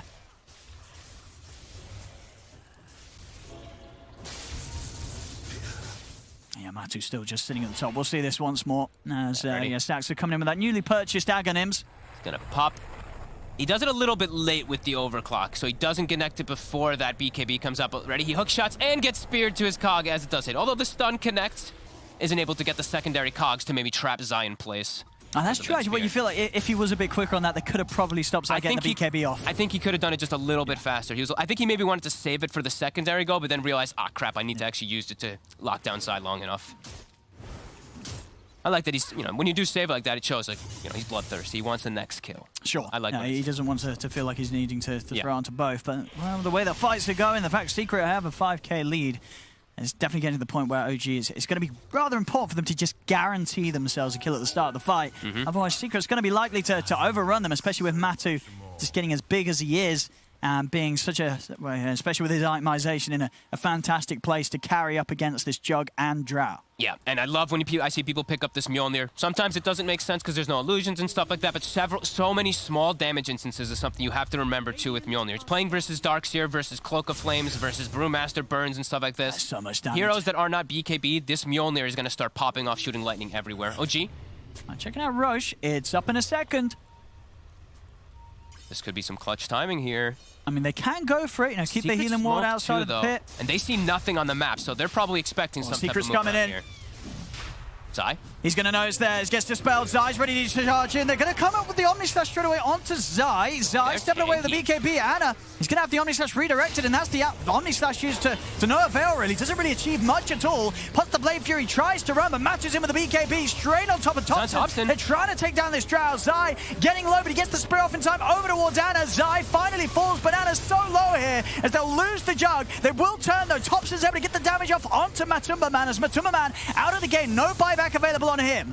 As we'll see Zai buy back in an attempt to get back over here. Over in the river, Staxa pushing them back with the cogs as he's stopping Puppey and Zai from being able to re-enter the fray. Over to the side, Nisha with another remnant gets himself away from the chase of No-Tail. Beautiful reset. The wall being very problematic from the No-Tail is left alone this time around. Does step up a bit too far. But Thompson able to reset his positioning. So important here. Seb controlling them inside that wall, and Thompson gets to the high ground, is able to actually focus fire and do something to fight. See the damage coming out from there. Beautiful. Well, with the fight as it is, though, 2 dead on OG. I mean, I guess for Secret, they don't really have the best way of taking Roshan themselves. Even with the numbers here, the 4 versus the 3 of them, they can't really go back into the pit. I mean, they may try. I guess with Zai, it's pretty safe. Zai can tank at least. He's got the Orb of Destruction too, so it's a little bit faster. So they've got that decent amount of minus armor, but without Matu, it's going to be a bit slower than they ideally want. But yeah, 35 seconds, no brew, 20, no jug. They've got a good window here. Does Seb want to go for some sort of... He's heading over. Ooh. I mean, Secret they're a little scared. They're a bit hesitant about this. Can Staxa pull something off? He's got the hook shots. He's going to go in. Straight away, onto Zai. Multi-shot comes in from the side. Nisha puts the Ghost Step to try and keep himself safe from the physical damage and tops. And Nisha gets the BKB off. The Roche is going to go down. Who's going to be able to pick up the Aegis? It's going to be Saxa. Saxa able to grab the Aegis here. She's picked up by Nisha. No, Nisha got Aegis actually. Look, Nisha got it. Oh, Saxa didn't get anything, so he just kills Zai. So Nisha, is he actually going to be able to get them all out? He is? Yes, she gets 4 stepped away. Oh, right. Okay, Nisha's able to pick everything up. He's away with it all. Dude, the Ghost Scepter purchase actually coming in clutch. He was getting hit so hard, but somehow he resets with Ghost Scepter and actually ends up getting it. I mean, he was on the floor for so long there. So he does get the kill on Zai. Now, I thought he was able to pick it up as well, but he wasn't. Nisha getting away with a big benefit there. And again, once more, this Ghost Scepter. Paying off. I mean, he's pretty much got the E-Blade done now, thanks to that fight as well. Ana was able to get the shard for himself. Oh, they got the shard. Okay, they get the shard. So pretty beneficial because he does have the Scotty and the Maelstrom already. Will be really strong onto Ana. And they do kill Zai again. So, I mean, kind of is a little weird one. But like, Zai dies, he's probably like, oh, I got my long death out of the way. Because that was the death after the buyback. It was. So for the next death, he'll be back faster. Now, Nisha, he's going to go pick up, finish that E-Blade. So there we have it. A lot of magical bursts ready to come out from Nisha. Oh, I mean, oh, yeah. They've got to be careful, especially in these fights, Anna, with the Blade Fury. As soon as he comes out of that Blade Fury, he can get blown up. And when the BKB starts, I mean, now we're already at 7 seconds here onto Topson. These BKBs are going to start lasting pretty low. Getting on top of him with all that crazy damage is going to be pretty nuts. All that spell damage, and they find a timeless relic. I mean, Nisha. Oh, Nisha's going to be a happy boy. He gives it to him right away. There we have it. Oh, yeah. Timeless relic, E-Blade, Aghanims. Nisha, he's good to go. Near level 25 on 2 of these cores, too. Oh, he takes an arrow to the face. He tried to commit. He tried to believe that he could get the outpost in time, and indeed he is. Nisha's ready to chase on. He's got the Aegis. He's fearless right now. It's on Topson, but he's got Healing Ward. Yeah, it's just a little bit hard now to get to Topson. Nisha is trying his best to close in. They've got the stun control. Nisha is able to get the sleight of fist down. He's still alive here with the first life. Nisha, he's not even going to go down the one, so they've got the control onto Anna. Finally, it falls. Anna comes out with the Omni Slash. Zai getting low. Topson even hitting from the side with the damage, but that's Anna out of the game. Goes down. The OG's got to get out of it. Nisha, he's trying to catch more. Oh, he's chasing. He's trying to see if he can find Topson, but Topson is already well out of there. Still, they get the cleanup. They take down Seb. A Secret able to rally together here. Matu and Nisha just proving to be a little too much now. And just too many ways to get on top of Topson. Like he pops his BKB in immediately right after the BKB is going down. He has to just run away. So much overwhelming magic damage that is coming out. And I mean, Saksa is so crucial in the fight to be able to give that space and window for this Drow Ranger. Nisha. He's got an E-Blade. BKB's on cooldown, so is Manta. Manta's available now. Okay. Oh, the damage. Oh, all right, Topson will take that. You got to be careful, man. This guy's got a DD. Get out of it. The multi-shots. Yapsel's got to get away. As Topson, he's holding on. He's holding on, and now with Saxon with a hook shot. They've caught another Topson.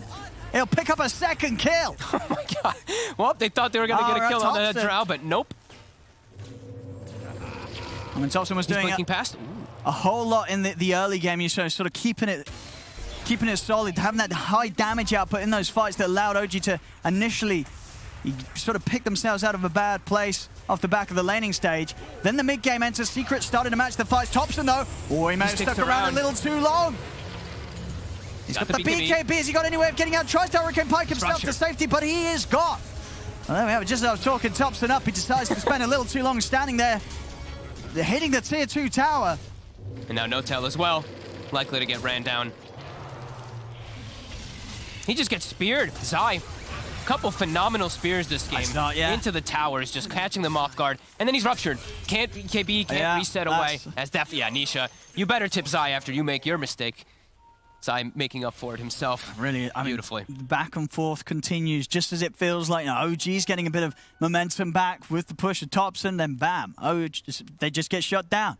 They try to run it down mid. Secret says no. We're more than kitted out to do that. They've still got the lead. Secret 9k advantage. He's sneaking it. Look at the courier. The gem, it gets hit in the tree. Oh, he gets it. Look at that. Very nice. They didn't know. Mid. They got the spear. Healing Ward is out. There's a lot of sustain, a lot of regeneration here for Anna. Now Anna with the Blade Fury. He's going to chase Saxa. Comes in from the side. Matu. This time it's Secret's turn to overstay their welcome. And there's just 2 of them there. The rest of the team was split away. All righty. Back and forth, back and forth. Both teams keeping us on the edge of our seats here. As there's no knowing what comes next in this game. So it looks like Secret wanted to get the outpost to have the availability for the TP, I believe, for Nisha.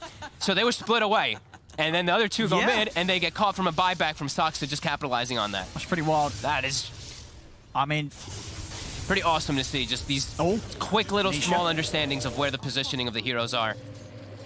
I believe that's what happened, right? Because Puppy, he went to go get outpost for Nisha to have TP, but then they split away because they were pushing mid. Yeah, they were pretty far back behind that tier 2 tower. And now a couple items coming out for the side of OG. Mid. And, is that what I think it is? Okay, it's just an illusion in the bottle, but still relevant. Ana. And that little bit of a dispel could get him out of the chains or something, save the use of the Blade Fury for later. Yep. We'll see that. Replay once more. She said, where is he over at the moment? So Puppy's all the way up top. They just claimed one of their outposts. And I mean, they're just so split apart here. They're so deep here, Matu and Zai. Yeah. They wanted some fun. They got it. OG. In the game, Saksa, he's in again. Oh, he's gone up to the heart. They've caught him. They got They've Yapsor. Yapsor. And now they're going to be on with the push. They've still got a bit of window here with Zai and Matu. They're dead now. This game is actually insane. Well, OG's going to be able to get the racks here by the looks of it. They've got the full ags done on both of them, Seb and Anna, ready for the next fight. As that's the mid-brack's gone, they're going to sweep round to the bottom and see if they can get something more out of this. Yeah, Matu's back in fine. Seb's got the Ags freshly picked up for this fight. Yeah. So they're all that much tankier. 4,000 HP Juggernaut. Well, there we have it. Smoke's coming out for Secret. They're looking to see if they can get the jump. Anna standing his ground with the Blade Fury. Soulbind used pretty early here. They'll be able to back off and make sure there's no follow-up to that ult. Yapsor does not want to buy back either, so not really looking for a fight just yet. They want to push on Anna close to level 25 as well. See what they can do here. No tail with the second primal split. Have the buyback coming out. Matu. Thompson in for the side with the gust. They are focusing down Matu. Matu pops the BKBs, pops the cheese, back up to full HP. Nisha gets a defensive remnant set out, has to jump back to safety. Now they've got to run. And another hook shot. He's in with a catch. Hook shot. Pushing Nisha back into the side as Nisha is out for the side. Gets another slide of fist down the road. Nisha, he's able to jump out in time. He'll live. But Secret, they're being forced back to the fountain as Anna, he's ready to look for kills. Jumps in with the first slash. Blade Fury to follow up as well. He's on top of Puppey. Takes out the Grim Stroke. Buyback comes out. Matu. He's trying to get on Thompson, but Matu, his BKB's on cooldown. He's never going against the bash off. Takes down Thompson. Matu ready to go for the next target. He's zooming around. He's over towards Anna. Anna will also fall. Double kill for Matu, and he's not done yet. Right over towards Saxa. But the hook shot. Saxa, he's able to lock down Matu. Matu down for 100. As Saxa and No-Tail will run Yapsor back to the fountain as well. As this Saxa, he's going for the TP out. No-Tail still around, size him the backup. Nisha as well comes swinging across. The Secret, they will clean up overall as they keep their bottom racks alive and will push back OG. The speed that these heroes are moving. Nisha is zipping through at full speed with his remnants and everything. The Bloodseeker's dying through, but he gets isolated for a second. He gets left alone, and they will be able to finish him off. Saksa, time and time again, coming in clutch for his team. Oh, he is. Secret Trying to do his best to use two buybacks. To find these big catches, but in those sort of situations, it's just not quite enough there with the rest of his team just getting cleaned up at the start of the action by Matumba Man. But it's an expensive hold for Secret. They do have to use two buybacks to be able to keep it up. And Thompson, he didn't spend gold in all this last time. He has 6,000 gold saved up on this Drow Ranger. He's got a lot of money. Probably time to say goodbye to the wand. I guess, obviously, at this stage of the game and with the way that the game's played, does want to make sure he has buyback. Yeah, buyback's going to be very important in a game like this where we're seeing the action swing back and forth so ferociously. He does have, I believe he just about has the gold for both, actually. He's just about to. Yeah, 4,300 surplus, so he should be able to buy both. But back the other way, as we said. There we have it. I mean, are we going to see any buybacks come out here? Or do you think they're going to hold and just sort of let the damage be done? 20 seconds. It's low, isn't it? You don't want to do that. Yeah. 5 seconds, though. Saxa might go in as soon as Drow respawns. Sure. Saxa might be able to do something here to stop the push, and he's going to try. He's going to try once. See if he can keep his rack safe and alive here for the little bit of time before the rest of OG's out, and he can. A simple hook shot in, and Secret will back off. Saxa are able to come in, keep the racks alive, and protect any buybacks being used by his teammates. How's our Roche looking? Is back up now. Oh, it's the big one as well. This is going to be the big decider. We need to get vision around the pit. Both sides. Shard. Both sides quite limited on the vision department. Illusion Escape found for Tops. Oh, that's a lovely one. Tops are going to have it. It's great to play, to push out the lanes, to course down the line. Maybe Seb wants to hold on to it for the team fights, but for now, it's just going to speed up Topson's farm even more. And maybe bait. Perhaps that's true. We'll see it is very important. If it catches them off guard. They are very focused on making sure they can get on top of Thompson. He could do some clever stuff with this illusion for sure. Look at this smoke as well. They send the illusion down mid. Both, all three with the Mantis too. Yeah, well, we'll see if Secret fall for that. They'll probably be able to assess the damage being done and realize they're on the high ground. It's going to get dispelled. No-Tail. Get grabbed by the chains. He's actually going to pop the first split here. Maybe see if he can get a catch as he starts to run them down. See what he can force out of Zai. He's going to get forced to the side. He's trying to hold on to the BKB. Saxa's able to get in with the slash. With the pushback, they've got him. Zai goes down. Saxa again with the catch. There's now with the Gust, pushing back Nisha. Anna will turn towards him. Matu, he's trying to look for a target. The parallel wall dropped here, but Matu is in onto Seb, trying to run down the darks here. BKB's out from Saxa. Saxa, he's over towards them. They've got the control onto No-Tail. No-Tail falling low as Matu. He's able to take down No-Tail. Matu ready to go for his next target. At the same time, Zai being pushed back with the BKB out. Zai steps back out, keeps them contained in the arena. Swiss Slash comes out onto Matumba Man. Matumba Man, he's tanky, and he's able to pick up another. Commits onto Seb. Thompson. Now turns over towards Anna. Multiple buybacks coming out from OG, but Matu is just doing the damage.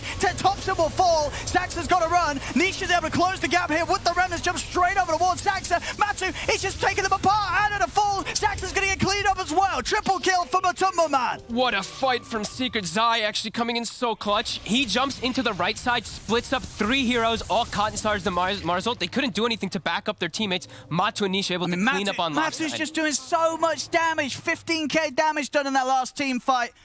As Matu, I mean, he's able to get it, and even with the BKB, when it wears off, Matu, it doesn't matter. He's able to find targets, commit on them, and know he's going to get that kill, that burst of life to keep on fighting. And it is, like, Zai, with his buyback, he kept the Drow all the way on the right side, so Drow wasn't hitting Matu at all in the fight. He kept him fully controlled by Zai. That was such clutch play from him. They're trying to push them away from Roche here, but OG, they're doing it without Ana, they're doing it without their main man, Saxa. He's not, one split. Notes out. He's trying to spook them away from the pit, but Matu, he's doing so much here. He's able to turn, commit here with the Minotaur Horn. Roshan will fall. Are they able to pick it all up? They are. Nisha grabs the Aegis. Secret take it all here from the pit. As Ana with the buyback. Is he actually going to be able to find anything with this, Matu? He'll turn, drop the Rupture onto tops and stop OG from chasing. As with that in mind, we're seeing a huge jump up now for the lead of Secret. 18k advantage. They grab it all from the pit. And of course, OG also having to spend money there, using that buyback on Ana's Jug. Now we see Matu having some inventory, a little bit of inventory issues, trying to swap everything all around here, trying to figure out which items he does want to use. He's keeping Minotaur Horn in, but he's keeping Leveler in his backpack just in case when it is on cooldown, he's swapping it in. Same thing with his Basher, swapping in constantly. Yeah, we'll see for the next fight. Yeah, Cheese being held by Matu, Refresher Shard on Zai. And these fights are just so crazy because everyone's hitting 25. It's so early in the game, but all these supports, like, almost everyone's 25 on. Just the Brewmaster. We don't see a lot of games where everyone hits the 25. No, it's just especially been this early, kind of 48 minutes in. I guess this is just sort of the abundance of kills that we have had coming out at 48 minutes in. 47 to 41. So much control that can come out too. The two supports on both sides just providing so much utility. I mean, they have to get Matu. This Bloodseeker's just going to clean up every single team fight. He is just the ultimate threat here for OG's lineup. It's just so hard with the way that, I mean, Zai is just playing like this bro of protecting his core so well, so that they can get these constant spells combos off, especially like Nisha and Matu, just able to focus fire their targets team a lot player easier. as well there. Of course he is. Yeah, got the extra HP regen. I mean,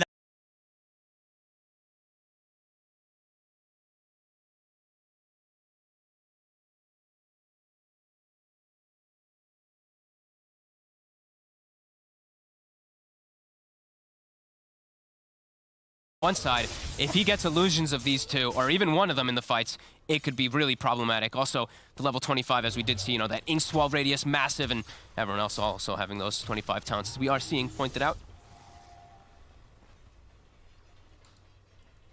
Of course, the test will still be there for Secret when it comes to breaking the high ground of OG. OG, some pretty good ways to spam from a distance. You know, this draft built around Thompson's Drought. They did use some pretty big buybacks, though, on the side of OG, for sure. They're the two important ones on the side of Secret are still available, and none of them are available on the side of OG. Sure, if Secret can just commit and make that jump onto one of these cores without buyback, they'll probably be able to close the game up. So OG have to be very cautious, very careful to make sure that that backup is there to ensure that they don't get jumped, even inside the base, which could happen, of course. Secret having some pretty good heroes for the gap close. Creeps are hitting the base, so they do know that Secret is postured probably aggressively into their side there. So now Yapsor backing up. Sai, he's invis on the hunt. He's going to be able to find, but he is magic immune inside of Cogs, that level 25 talent. He's out. Good old spell immunity. And we did see, Stormcrafter did reveal him, I believe, inside the tree line. I think it tapped Zai. Yeah, so that's probably why we saw stacks of players he did. Yeah. I love that talent, though. He has BKB, but doesn't have to use it. He just clicks Cogs. Octarine now for Yapsor. Okay. All right. Bit of a luxury item, it feels like, for him. Yeah, they're rolling in the money here, both of these teams. He does have triple arrow, so it's 3 arrows every 9.8 seconds, too. That is pretty obnoxious. Radiant are scanning. Let's see what they can get. As you say, if they catch one of the heroes without that buyback, this is going to be a real hit against OG. Still got 30 minutes or so on all 3 of the cores on OG. 30 minutes? 3 minutes, sorry. That would be quite enough. 30 minutes would be pretty devastating. 30-minute buyback cooldown. One buyback again. Oh, yeah. Good luck. OG know this. They're playing very careful right now. Making sure not to have anyone out on the map getting caught by these movements of Secret. They still have problems taking out Matu still, though. Just this butterfly, they don't really have the true strike at all. We're seeing Ana, he's building toward it, but Thompson's not going to be able to. He just doesn't have space. Like, inventory space is just limited. No, for sure. Until he has that MKB, they don't kill this Bloodseeker. No. They don't kill this Bloodseeker before Matu's killed. You know, he's killed one, killed two of them, and he's constantly getting this revitalization throughout the team fight. Zai leading the charge. With the gem in the front line, too. Finds himself a haste. Seb forcing in bottom. Double ion shell is thrown down on the creep wave.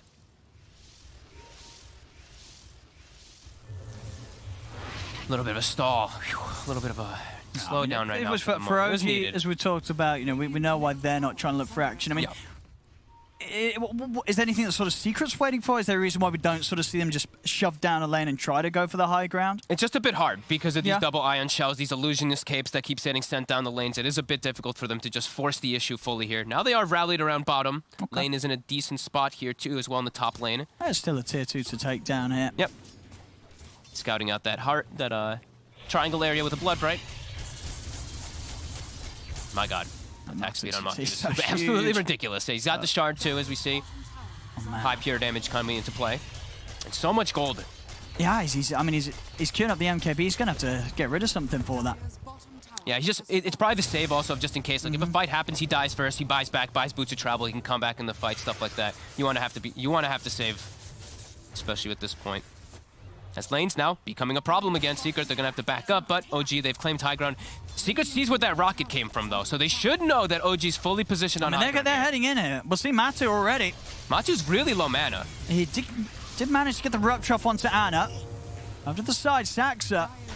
He's going to hook shot out to safety. Gets away, Zai thinking about chasing, he's in. He's on Ana. He's got the arena spear follow up as well onto Ana. They're going to follow up as well. Nisha moves in straight away. He's able to get the slash off, but he's been snowbound. Doesn't matter as he's able to get the Omni slash off as well. Secret grouped up, vacuum onto the tree. Then Yapso jumping away, but Zai's getting low. The blade fury from Ana. They're able to take down Zai. Matu pushing on onto Seb. Ana trying to punch back. The bash is coming out from Matu. Matu's BKB shortly about to come to an end. See the buyback from Zai as he looks to keep this fight going here for Secret. Zai with the spear back onto Saxa. Will catch the clockwork. Multi-shot coming in from the side, but Matu's able to take down Saxa. Nisha jumping over towards Ana, but the blade fury's back up. Ana with the blade fury turns towards Matu. He gets the bash. Matu, he's going to get taken down. Matu to fall. The Lotus Orb off his time will give Zai some sort of protection, but it's not enough. They've brought down Zai. It's a dieback on the Mars. The rest of Secret, they've got to run. Nisha. They've got to get out of here. Over in the trees, they've got the control on Puppy.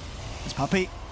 They don't know he's there. Looks like they're going to be a little careful. I mean, OG, they find themselves a huge move here. They had to use a buyback on Saxa, but Secret, they use 2 core buybacks themselves, and it's a dieback. And Saxa, a huge angle, gets the hook shot straight in onto Yapso. Yapso tries to leap away. They'll get him up to the high ground. Matu turns with the rupture to stop Thompson from chasing, but Saxa, a second hook shot. He's in with a pushback as well as the cog. Saxa gets the catch onto Matumba Man. Sets up for another kill. A Secret, they've lost Matu, they've lost Zai, they've lost Nisha as well. Radiant's top tower is under attack. Nisha does have the buyback, is going to be forced to use it. It's just the 3 of them, though.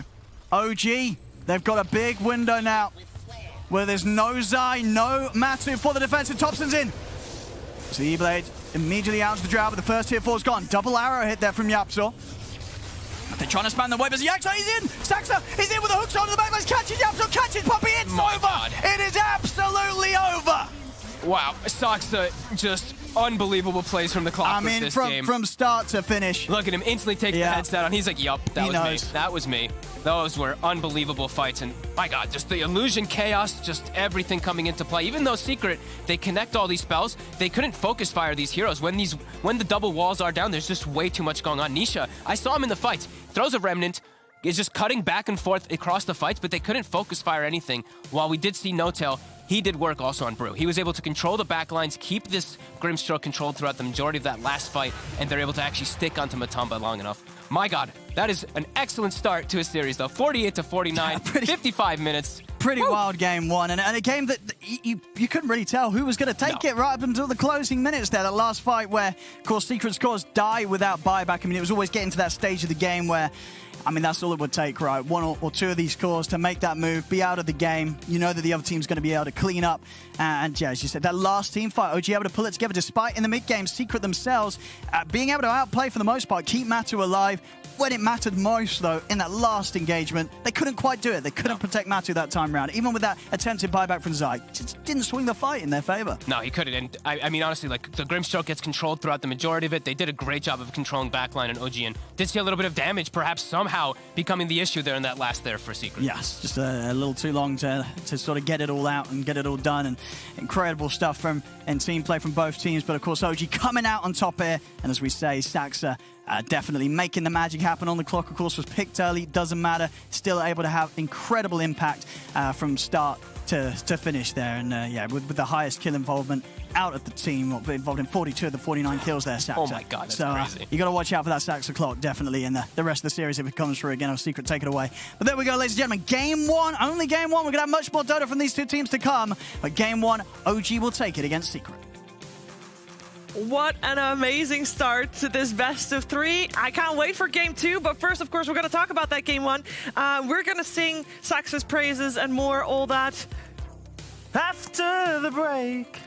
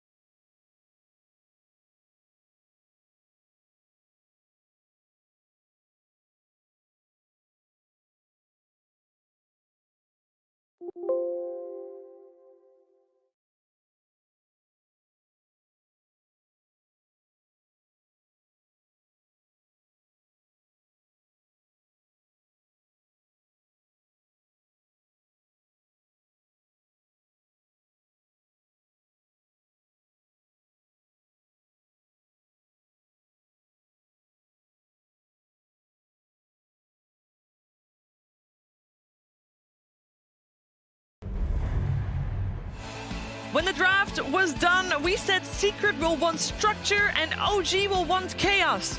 Guess who got what they wanted? First of all, we all got what we wanted because definitely the chaos was so much fun. But yeah, OG coming out victorious in this game. What an absolute madness game of Dota 2. I'm here with Kyle and Tiga. We're going to do our best to try and break this one down, but it's going to be tough for us, Kyle. I mean, I think Fogged had a couple great quotes during the break. First off, looked like lower division gameplay, but incredibly high-skilled players, and also, damn, that shit was crazy. Altogether, just absolutely wild performance. Had everything you could want. Yeah, I think, the start of the game, you think about how Secret's looking good in the lanes. You're like, damn, all right, they're crushing the lanes, and then maybe they're going to start this ball rolling. And then OG just does that classic OG thing, which is like, lanes don't really matter. It's about the numbers, the grouping, and the fight. And then after that, every single fight just felt like OG was like, we're dictating where we're taking this. Yeah. And the man of the match is Saksa, 100%. Yeah. I love reading anytime OG lost this season. So where's Jerix? We need Jerix back. And yeah, look, unbelievable player, 2-time TI winner. But Saksa played like the best player in this game. Yeah. It was beautiful. Yeah, of the 10 players, which is crazy. Like, there's 10 super high skill players there, but Saksa definitely highlight reel. With he had Ags BKB. That's it. Was just the way that you play Clock in this game. It's just like he just goes for the 2 items that allows him to get the initiation, but then also survive when he gets into the fight. And yeah, I think the Clockwork was amazing, but also the synergy with Seb. How many times in the fight would you see like a cogs into then the vacuum on the cogs into then just that extra layer of just like control? OG's team fight is so scary, and it looks like it was a bit of a sloppy game, but it's also because the way that these heroes all work, it kind of puts you in a position. You're going to make mistakes because you caught a silence, you're dead. Hooked out of position, you're dead. It's the Bloodseeker value, right? So the way that OG fights is very in your face. Bloodseeker though, when he's taking the long fight, sorry, I'm going to keep talking. The game was so good, Shiva. I'm so sorry. Did you want to segue to Purge? Yeah, I do. And I heard when Owen and Fog closed the cast as well, they couldn't stop I'm sorry, but this game's so good. All right, we soon have game 2 ready. But first, we're going to listen to Purge as he breaks down one of the team fights. Thanks, guys. I appreciate you giving me a second here, but I understand the game was amazing to watch, and it was mostly a lot of back and forth. I think this is one of my favorite parts of the game was when Secret has all their heroes respawning, 3 OG players are dead, and look how Ana plays. He just sits here in the mid lane, and he just hits Matama Man, and then he puts his ward in, then he jukes it around the tree to buy time. Saksa buys back, jumps in on the back line to guarantee Matama Man kill. It was so back and forth, and little plays like this help guarantee it. Then OG pushes across the map. Saksa again starting some initiations there to kill Marana with 2 leaps in. This set of racks dies. They have to back up briefly from this push. Then when they reset here, this is where things get crazy. Saksa again finds an opportunity. Great silence on the back line. He gets Matama Man pushed forward. Matama Man looks pretty vulnerable here. Is able to kill the healing ward, usually pretty significant. And the cheese buys him a lot of space as well. Nisha jumps on the back line to break Thompson's BKB. Saksa goes in a second time, knowing that Ember Spirit's vulnerable here. And this is where things get pretty crazy. He just got silenced here. Watch how fast this gets taken off by a Lotus or by somebody. I don't even know who it was. Instantly taken off. And he's got Inkswell. Missed the icon, but Inkswell's on him. That means when this blows up, he's going to get a heal and a Dispel. That stun was supposed to last a long time, but because it explodes, removes the stun duration on him, which allows him to slide a fist, buy time to escape while invulnerable. Puppy's still alive here, backing up his team. Then they get a rupture off on Thompson, which puts Thompson out of position, instantly arrowed as well, making him finally vulnerable here for a moment. And Matama Man sees his opportunity. Look at this, runs in against 3 heroes, starts slapping Thompson. Thompson has to run away. They're a second away from a vacuum to buy him time, but he gets silenced just barely. Then he dies. Then Matama Man gets a race car around the rest of the fight, getting another heal and stun due to the Inkswell. Killing Puppy was like the most mandatory thing in this fight. He actually bought them so much space in the engagement. Saksa making the sick play to even get the Bloodseeker kill. That would have been even more catastrophic had he not. And then No-Tail giving up his life to keep Saksa alive, the true MVP of the series. But insane game, so back and forth, crazy plays from everybody, and OG takes the win. They do indeed, and we're going to find out if they can do that again or if Secret will take the next one, giving us a 3rd game to the series, which I think a lot of people will hope to see. But let's find out what's going to happen in game 2. We'll be right back with the draft between OG and Secret after the break.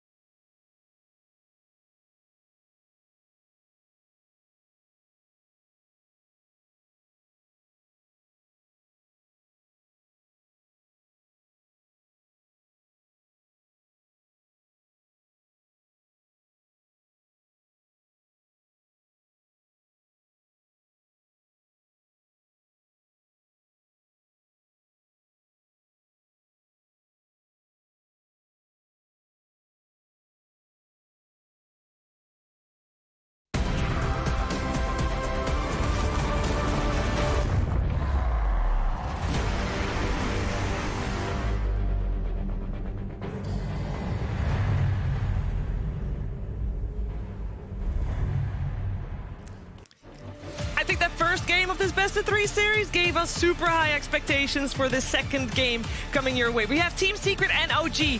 Game 2 of best of 3, OG 1 game up at the moment. And did we already say how important this series is for both these teams? We have OG wanting to make it to the major, of course, and they kind of need to win, T. Yeah, well, they're currently 2-2, right? So if they go 2-3, they're tied for 7th. If they win, they're 3-2. Suddenly, they're tied for 2nd or 3rd. But either way, it's major or not probably major that easily. And the same thing goes for Secret. They're also 2-2, but as Kyle likes to say, they are 99.9% actually. If Secret doesn't make it to TI, he's actually going to give up his career as a commentator. I will go live in the Siberian tundra. Yeah, so Secret is obviously, you know, now tanking their position here. Don't get to the major, then 3-4 European teams get there, get so many points, and somehow it works out. But for the greater good. But let's not forget these guys. Ooh. They want to put OG in their place. Indeed. The 2 TIs that OG won, Secret didn't even get to play them. And they do here. I gotta say, they're gonna have to shape up a little bit. Even things like the item decisions they made were a bit suspect. Was looking over the box score. Double Shiva, no AC. And there's an argument because you're playing against Darkseer, you don't want to get an AC because it could be stolen. They didn't have a Vlad's either, No Tail did. That's such an insane armor differential in a game that goes so late, with physical damage being such a huge factor. I think that plays a bit of a role in how that game broke down, but ultimately, that game was chaos.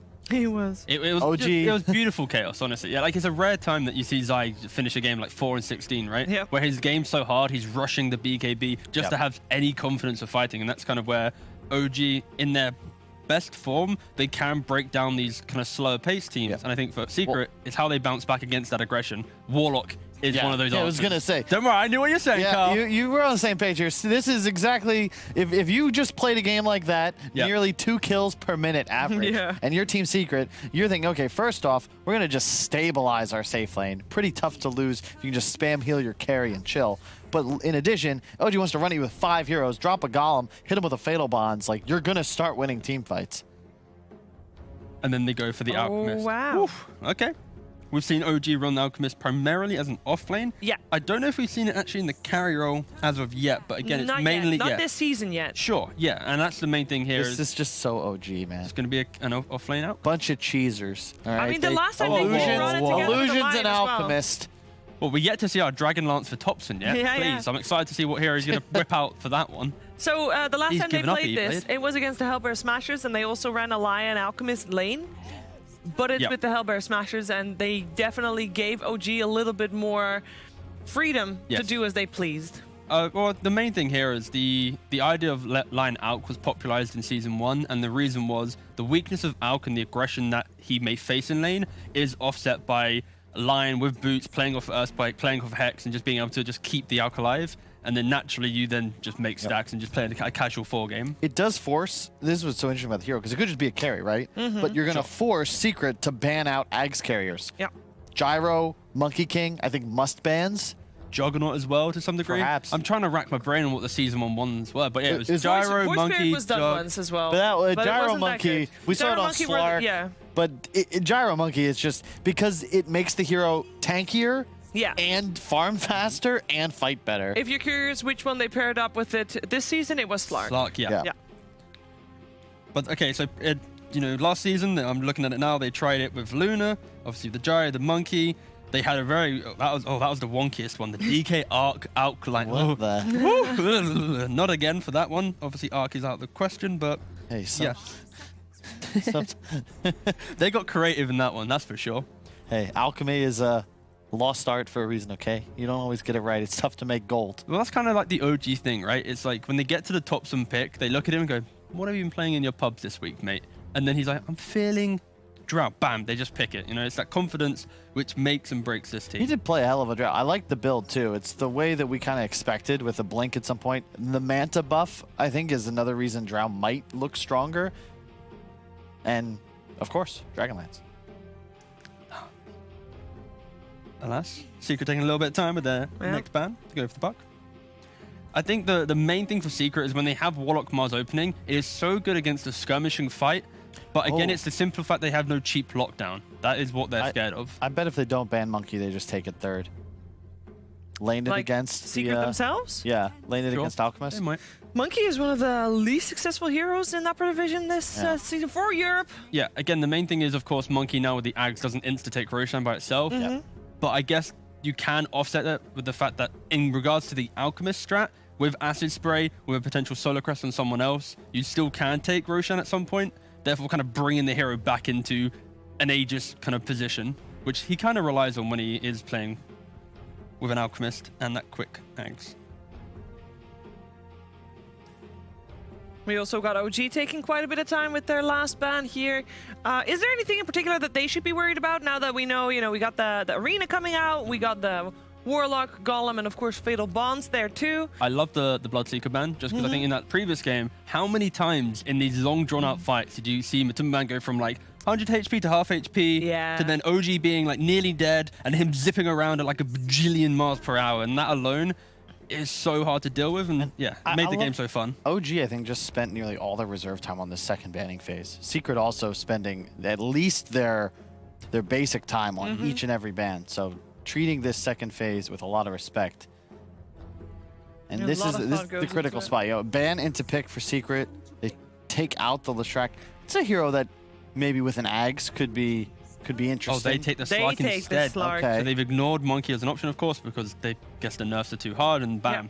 Go with what they've been playing recently. Still, That is a Matu special, by the way. Yeah, it's a similar concept, though, because it would both be a good Ags target from the Alk, but laning against it bottom, Lion Alk, is kind of the dream for Slark. You have a lot of base armor, and you are very comfortable trading hits with an Alchemist, especially if he's trying to go for a few early points in Grievel's Greed. I guess the caveat to that is simply Acid Spray cannot be misjudged in the amount of damage it does, and if you play inside it with the Earth Spike, even if Slark purges off the stun itself, there's so much annoyance within that fight. But you got a Warlock. Yeah, again, there is some things. I just feel it's not a Slark pick that goes, all right, OG can't play lane anymore. True. It's like Warlock, Slark, Lion Alk, it'll be a close lane. How do they utilize Acid Spray? How do they play around bonds? Like, who kind of gets level 2 first? It's going to be a close lane, if anything. And also jungle efficiency. Yeah. And also, keep in mind, OG don't have overall last pick.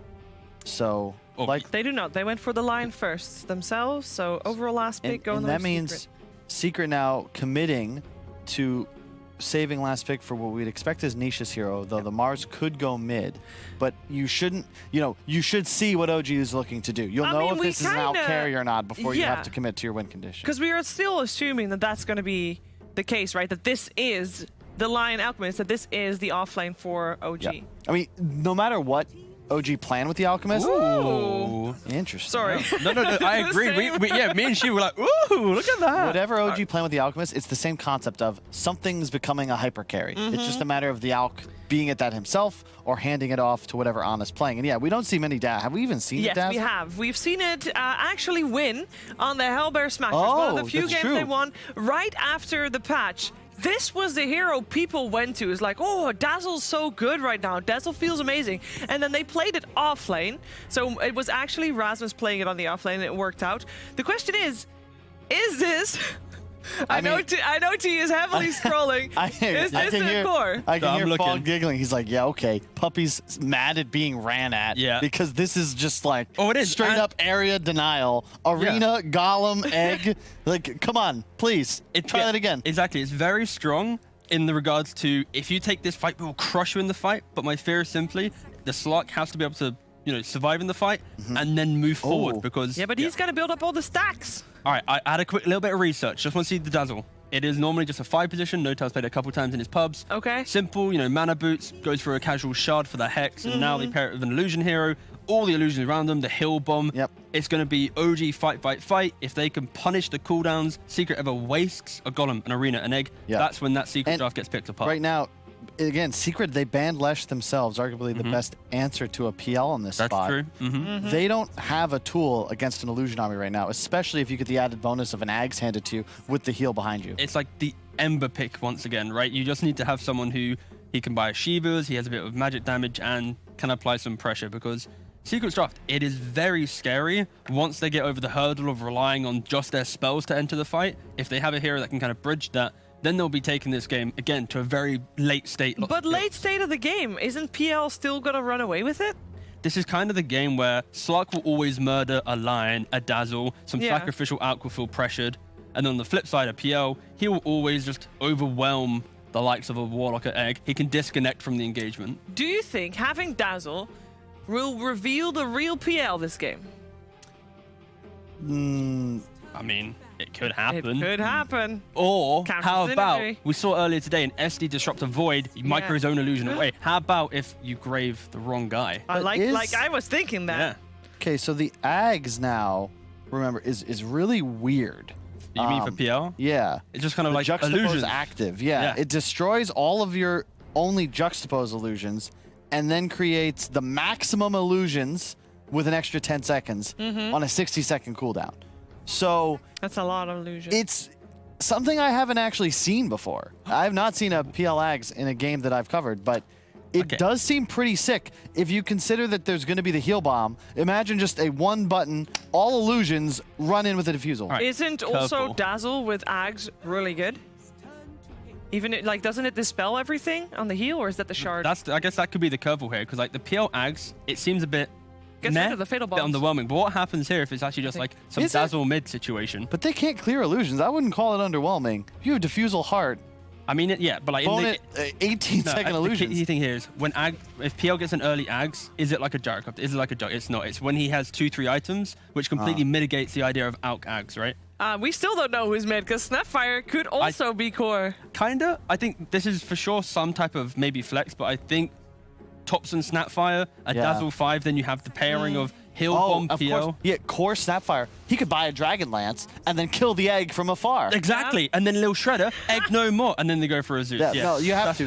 That's a great pick here because they needed some kind of answer to the PL. My concern is that it's actually not enough because I think they're handing an Axe to Ana and he's going to have 2 items and an unkillable illusion army. Matumba Man's going to need to have a near flawless game. I'd love to see the Ags, first Ags, go to early Snapfire. If, you know, PL with a couple items, bit tankiness, you just yeet in Ana, it's like, go! You just- You- what, you no, yoink he wants them? to get to the fountain as quick as possible! This Oh is my the strat. Outbuys Ags, Topson eats Ana, Ana gets yeeted into the fountain minute 10. That It's a is world true. record. That is one of the hard counters to heroes like Warlock and Zeus that want to play the back exactly, lines. yeah. It's if you get yoinked on, I don't know the Great terminology. analysis. I Yeeted, I don't born know. before 2000, not unlike T. 1996, just confirm. My point is, I don't really know what to expect. I think that you've this got to is abuse the Seb Alkin lane. Yeah. You Yep. can't allow OG. Like, you know, this is they're in the basement, like getting all geeky, like thinking up this stuff. You got to throw off their timings. You have to. Yeah. I love the point you made. Snapfire into the Phoenix. Zeus and Snapfire is going to be a farm war, like you said. Shut down the out, prevent PL getting online. Because Slark and PL, Slark's going to have fun fighting into a PL later on. I'm just, again, it's going to be a bloodbath. I'm excited to see what happens in game 2. I'm excited to see what's happening in game 2 as well. And our commentary team also is excited to see what's happening in game 2. So let's head over to ODPixel and Fogged. Thank you very much, GBS. Game 2 ready to go here between OG and Team Secret. Fog, what are you sort of make from these two drafts? What do they sort of say to you that both teams are looking for in the second game? One team is looking for lots of fights, and the other team's looking to farm up a little bit more. I think OG, a bit more of a farm-heavy draft this time around. I think we're still probably going to have a lot of chaotic fighting coming out from them, but I do think that they want to take it to later stages. And Secret, they want to be going more of a group-up kind of method here. Some limited disables definitely coming out for Secret. Really relying entirely on the spear in order to catch Ana, besides just having overwhelming amounts of damage. That is the one thing that Secret does have. And yeah, I'm curious to see what we're going to get with all these Aghanims picked up. I really like that Sheev did mention the Aghanim's potential for the Dazzle way later on. Can actually be pretty cool for that Dispel versus Fatal Bonds. Can definitely be quite relevant. Also, Fire Spirits, some decent ones that he can remove off of his allies. If we get to that point later on, sure, that'll be pretty good for OG. Because if we do see some early Ags coming up, who's getting priority? I think you just give it to Topson. Yeah, I think you just have to. Even though it's gotten nerfed so many times, it still is going to be really good. But I say that, but there is also the very high chance that you just give it for the PL for stats, and then Topson just builds his own stuff. Because then it will allow this PL, the illusions, to run rampant. Because they lack control for the illusions is one of the things that can sometimes be a problem. They have the damage that's going to come out from Zeus, but if Nisha dies early in the fights, they do not have the way to clear these illusions. So I think Nisha, eyes on him for Secret. OG, I think eyes on just farming. A little Yeah, bit. and what do you sort of make from the Nisha Zeus coming out?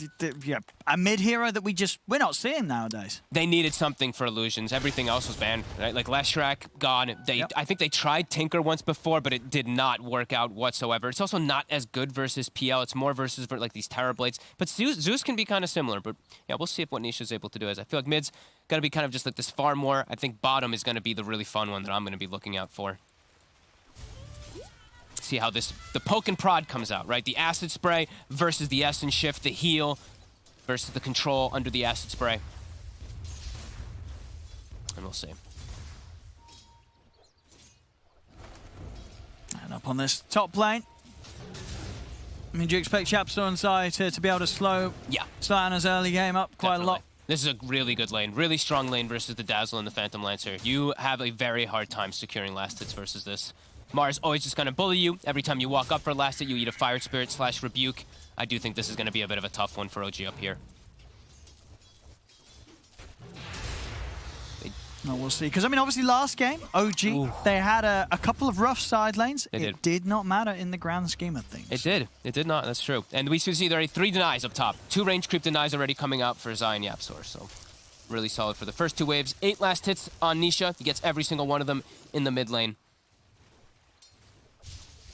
Well, we do see bottom. Matu able to secure 6 of them. He's actually hasn't missed a single CS yet on Matu down bottom either. Okay. He still has the 2 creeps from the first wave. Where we go? Hasn't missed one yet. Another Hasn't missed one yet. Perfect CS here from Mr. Matumba Man. Seb also has only missed... Okay, now he's missed 2. Oh. Yeah, lanes look again like they should be quite secret favored. Mid is going to be that trade farm, of course. Topson going to be able to maybe even put a little bit more harassment than usual onto Nisha. Now we're going Nisha as that refill. Yep. So we continue to spam the lane. I reckon, we'll probably stay pretty close, pretty hard. Free Vip era to get a kill. Seb, a little bit of slip up there with his courier. Does get his gloves delivered, but does lose it as Matu not missing one yet. I still not missed a CS. He just, one of them got pulled away. You saw the range creeps like all the way. That doesn't count. It's not dead yet. Yeah. But he's going to miss that one because it's all the way on the side. Puppy misses the last hit on it though. Underneath the tower here, continuing to hit perfect last hits. Yeah. Seb, he's going to actually just use the acid spray away from the lane for now to farm the pull camp since it is available. He doesn't want Puppy to be able to pull the lane and just get more experience. But that does mean Puppy, he's going to leave the XP in the lane to Matu. So this is going to be a very high-level Slark after this laning start. And pretty much an entire 2 waves that he got solo. And look at Ana. He's got 7 last hits. It's not an easy one for him up here versus I feel Phoenix. like we've seen this so many times with Ana. Like, it just doesn't matter. It doesn't matter if he doesn't get CS in lane. It really doesn't. We've seen it so many times. This is just how Ana starts the game, you know. He likes to sort of handicap himself, you know, give the enemy an advantage. This is he's getting really bullied from the Fire Spirits. He has to use Doppel again. Spear to try to secure creep and still doesn't get the range creep too. They have 6 denies on Zai. A lot of these are range creeps as well. Trying to get the side pull off. No-tail, he does need to get this one to be able to reset lane so they can farm easier on Ana, but no, he won't be able to. Secret 1k gold advantage already here off the start. Saksa does have to be a little careful down bottom. Matu actually not going for the pounce play, not even attempting it. Too many creeps onto him. Yeah, it's a really nice setup, though. The Warlock and the Slark. Yeah, Acid Spray's annoying, but not versus Warlock, Puppy. Just heals him up. He even buys a Hedress. Other thing to point out that we did see from Puppy this time around. All right. I'll make sure he has that increased sustain for the 2 of them. Yep. Against all this sort of damage over time with the sprays laid down on the ground. Yeah, Zeus actually coming out a bit ahead in the mid lane. I didn't think that would happen. I thought it would be pretty much dead even. It's just like this farm lane, but... Yeah, I guess just able to do a bit of a better job pushing the lane out. Not missing CS into the tower. Top lane. Whoop. He's got the Doppel. Did they get him anyway? No. Oh, yep, sword. He's trying for it. All right, we're getting with the dive and another spirit, so some good additional damage still laid down onto Ana. Ana's prepared with the salve. He's got some charges on the wand as well, but just a lot of pressure onto Ana. Secret making sure that he does not have an easy lane. Nope. Anisha just going for the full farm build that we've seen in the past on these Zeuses. 3-0-2, near level 6. So OG does have to make sure they keep themselves healthy in these next few moments because a Zeus ult could just knock them down And it is going to be, they have to watch out also the Fatal Bond down bottom. Saksa tied to Seb with a Zeus ult. He could just die immediately when Nisha does hit 6s. It's about to come out here, and now he is. So let's see if Secret does go for an opportunity with that Zeus ult available. They're going to try. There it is. Top. It's going to get Ana and Notel, of course, low as well. Zai trying to get in position. He'll be able to find the spear there. Onto the tree. A perfect angle found from Zai. And Notel also might take out underneath the tower as Yapsor dives in. See down bottom, Saksa able to make it away. The Shadow Word, not quite enough to take him out. But Yapsor dies to the tower. Yeah, he really wanted Notel. Was not quite able to get him. Bit ambitious there, for sure. Gets taken out, and OG, they did need this kill. You know, this start is quite rough here in the lanes for them. And it is a much greedier. Well, Zai knows how low Notel is. He sort of came around there, seeing if he could catch Notel with the combo, but Notel's fine. Salve and Clarity out on him as well, so he'll be able to stick in the lane. Yeah, Greed definitely getting punished, though. See what moves Topson's able to make around the map to secure something. Yapsor, ooh, he tries to dive in for it, and Yapsor might just get punished himself here. He may be in a lot of trouble. As the back of a Puppey. Okay. Puppey actually going to use the Shadow Word aggressively. Topson turns with the kisses, trying to take down Yapsor. Will be able to bring him down. Will lose his life in return for it as Nisha steps across, adds that extra bit of firepower to get the kill. Saksa is trying to run down Nisha. Can't quite get him. No, not quite enough damage here. We'll lay down a ward, see what he can see going on behind the tower. It doesn't have a TP. They kind of know he's over here, though, still. He might get the courier on the way back. Nisha, he does have his bottle filled up, though. He's going to get one hit onto it. Saksa won't be able to get anything down here. Matu, free lane. That's what that means. Oh, he still get it. Oh, is he actually still going to? He still gets the courier, sticks around, and Nisha assumes he's gone away. Does mean, though, rotation from the Lion means that Matu has a free lane down bottom. He's had the free lane for the most part with the backup of the Warlock anyway. Now he is 6, so he'll be able to keep regenning when he goes into the fog line. Well, Sax has just been annoying around him, making sure that Nisha can't like head over and kill off the small camp. And look at this approach. So Zai, he's playing versus PLs, he's playing versus Illusions. What do you buy? Vanguard. Even if you're a Mars, you're the offlaner. Very efficient Vanguard pickup this game. All right. If they're able to get the, the items, as we like to call them, versus PL, they will be able to sustain through them, your Crimson Guard, Shivas, etc. Sure. All these big pickups will be strong. They don't have a Radiant Spire, of course. They can't go for something like that, but yeah, that's got to make Zai able to just play alone. Well, having the mid Topson just laying down some kisses. He's not going to find anything with that. As they want Sax. They really want him. Sax has kind of just been chilling behind the tier 1. But there's like no stun. I mean, he's making look at the space that Sax is making. Oh, he does hit the stun onto Nisha. He's got a stick charge as well, so he can keep running. And space created. Yep. Textbook. Brune, who's going to get it? Ooh, it's going to spawn top. It's a regen. Yeah, Topson's going to be very happy that didn't fall into the hands of Nisha Zeus. Yeah.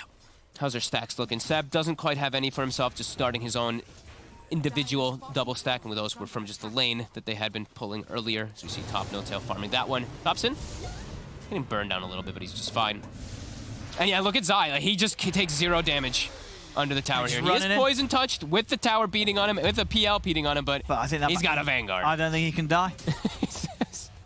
They're really going to try. He's slowly burning. The poison touch is really annoying. He's going to try and turn a little bit. Drops the arena, locks the 2 of them in there. Whoop. Oh. Off the mark. Poison touch still on him. And he's dead. They actually are able to chase him out. It took a lot. It took a lot, but they had enough. And they forced the... I mean, that's a Mars ult used as well, too. I cannot believe they actually chased him out anyway, even though he has Vanguard. Yeah, Ana and Notel keeping it cool up here. Making sure to not get bullied there by Zai's attempt to just simply walk in and underneath the tower. And Ana gets the last hit, too. Very important for him. Slowly trickling himself back up into this net worth. Of course, going to be behind Matumba Man significantly, but that will happen. As Seb, he's already got the component starting to work on these double stacks, too. Oh, there we go as well. Oh, aggressive. Having his first item done. The Blink Dagger rush straight up here for the mid-snap fire this game. It's easily, I imagine, going to be the fastest that we've seen on this era. Yeah. And so, you're not usually seeing the rush. Just popping the kisses again in an attempt to get the D-push going. Okay. Zai, poison touch again. Being very annoying.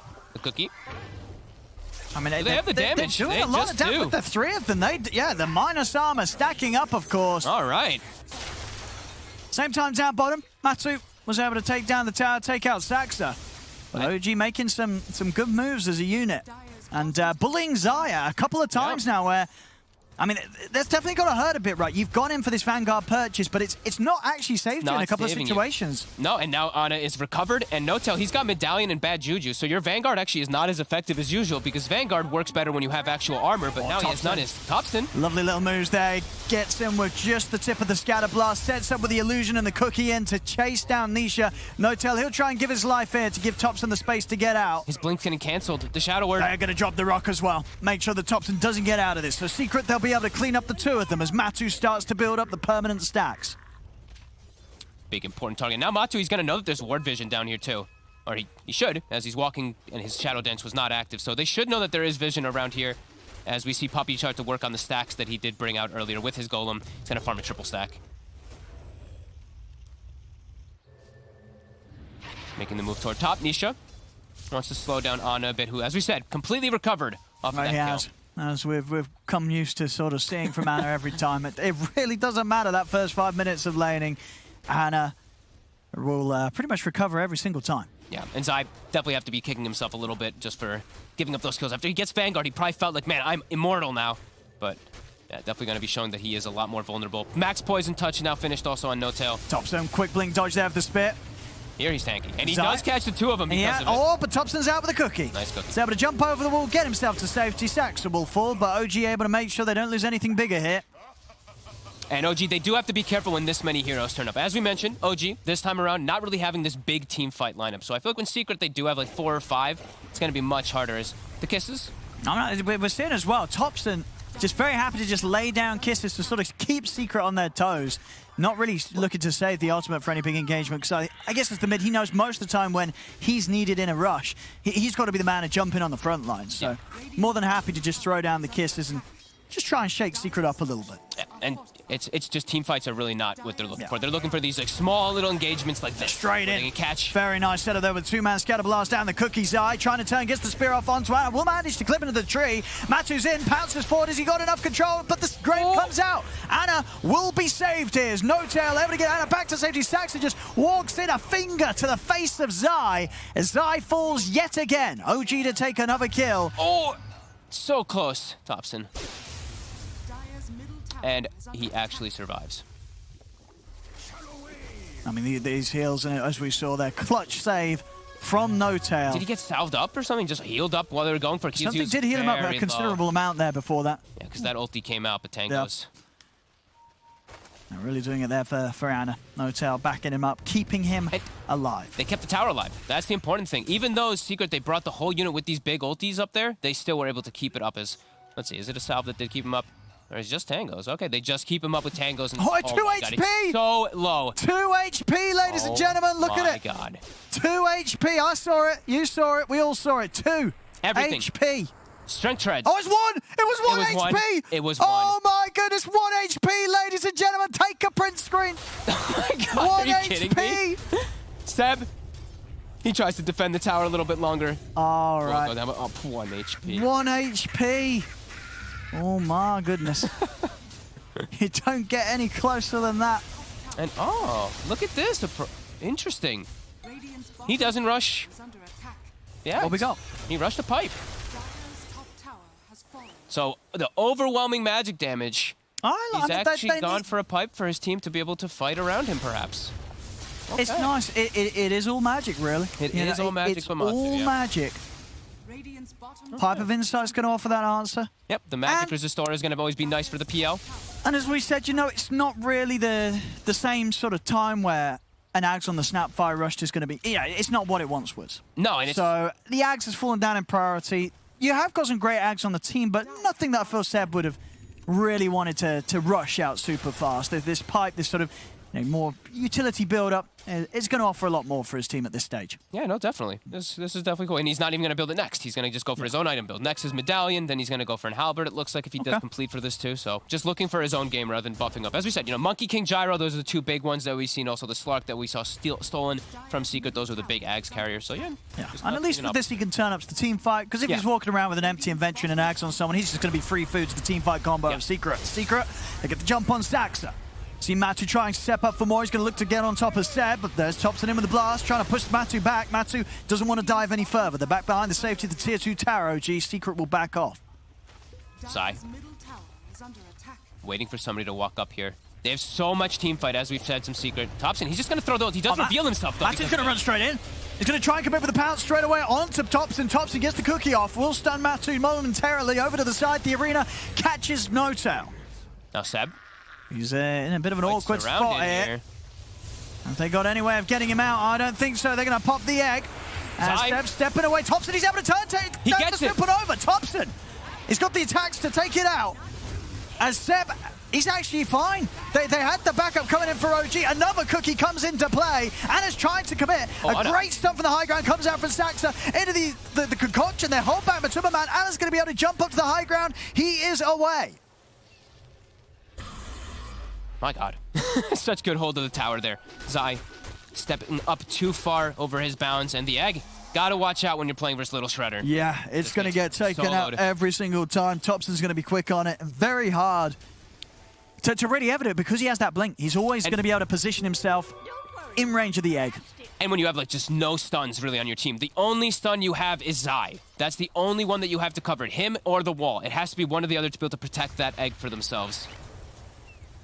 As Saxa, he's going to have a really early blink dagger now after these last few kills. Very quick, yeah. Being able to survive through some of that last bit of action. They're doing such a good job of holding these towers as long as possible versus overwhelming team fight is the miraculous thing right now from OG. Sure. They don't have that overwhelming team fight on their lineup. They're just doing it through sheer brute forcing and just these constant Mortimer kisses. Like Thompson just throwing it out there. We'll be able to get these wards away, Matu. He's got to hold back a little bit. Try and take this tier 1 tower down before they start diving. Zai, he's got the arena good to go again. Secret can get another team fight brewing. The kisses are coming out. Straight away, Zai. He's getting fully focused here. The kisses, they might just do it. Zai's ticking down. He's off to the side, but the blast from Thompson takes him out. Zai to fall yet again at the start of the fight. The Thunder God's Wrath comes down. They'll bring down Saxon. Thompson in with the cookie, holding back Matu. He'll use himself as well to make sure Matu can't find a target. Anna's going to run it, but Anna immediately gets pounced. He needs backup, and he's going to get it. No-Tail in with the save as he keeps Anna alive. They turn, take down Matumba Man. Another fight where OG are able to outdo the sort of the overall team fight from Secret, despite Secret being the team with the bigger ultimate. And they keep the tower alive still, Owen. It's 17 minutes. Secret cannot push forward. They didn't have every ulti. They didn't have all the mana. They get brought down from the rotation. That's the diffusal with the PL showing up here. Now he's got a hood too. Somehow they're just taking these fights. Even though they're into all these ults, Secret, they're not layering them well. They're not layering them properly. OG just out team fighting them time and time again with the less team fight. That's how impressive it really is. It's just another game as well where Zai's really getting nothing. He is. I mean, you got to say it right. He's probably kicking himself for this Vanguard purchase. It's not done anything for his game at all here. No, and you can... I mean, the idea of why he got dying. it made sense too, right? Into this PL, you can see why he'd want to, but just playing a little bit too cocky, a little bit too confident, OG punishing him for it. They do have good magic damage, and look, Saxa Blink Dagger, he's got Finger ready again. Oh. Free kills if they were ever get on top of Nisha. Oh, Nisha. And here he is. Whoa. Thompson, he's got it. Boom. Boom. He's gone. Erased. Quick zap, and Saxa gives himself another stack. 3 stacks of the finger damage now, and already No-Tail starting to poke into Zai. Zai. Got the cookie set up. Won't quite get in range for the stun. Zai. Is, look at Zai's armor. Like the Juju and the medallion, he just keeps getting negative. They've got the damage from the kisses coming in as well. Zai's in a whole load of trouble here. They are able to chain stun him. Zai down yet again. Uh-oh. 3K lead now already. OG. Now they swing the PL. As we said, who had a rough time in the start. They're fully recovered, and it really doesn't matter. I mean, we are saying OG, they just don't care about the lanes. They don't care about the lanes. They don't care about the laning stage. You know, it doesn't mean anything to them. These mid-game moves, again, against the lineup, you know, we say Secret with their heroes, you expect big stuff at this point of the game. Secret, so far, they've struggled to bring it out. OG have outplayed them. They struggle to, like you said, like layer their ultimates in the right way, right? Like the Golem, the Egg, as well as the Mars ult, they're just not connecting. They're not getting the spell connection whatsoever. That's not what you want to see. Nope. That's Golem gone. And they're just going to chase forward to try to get something here. Can they catch on to, though? Close, but not quite. They've got so much backup again. No-Tail just constantly in position to provide the safety if required. Yeah, so he's just so far behind now. Like I said, he's the only real catch for them here. OG's ready to hit back with the smoke. Sure are. They know there's no golem. Part of the team fight gone.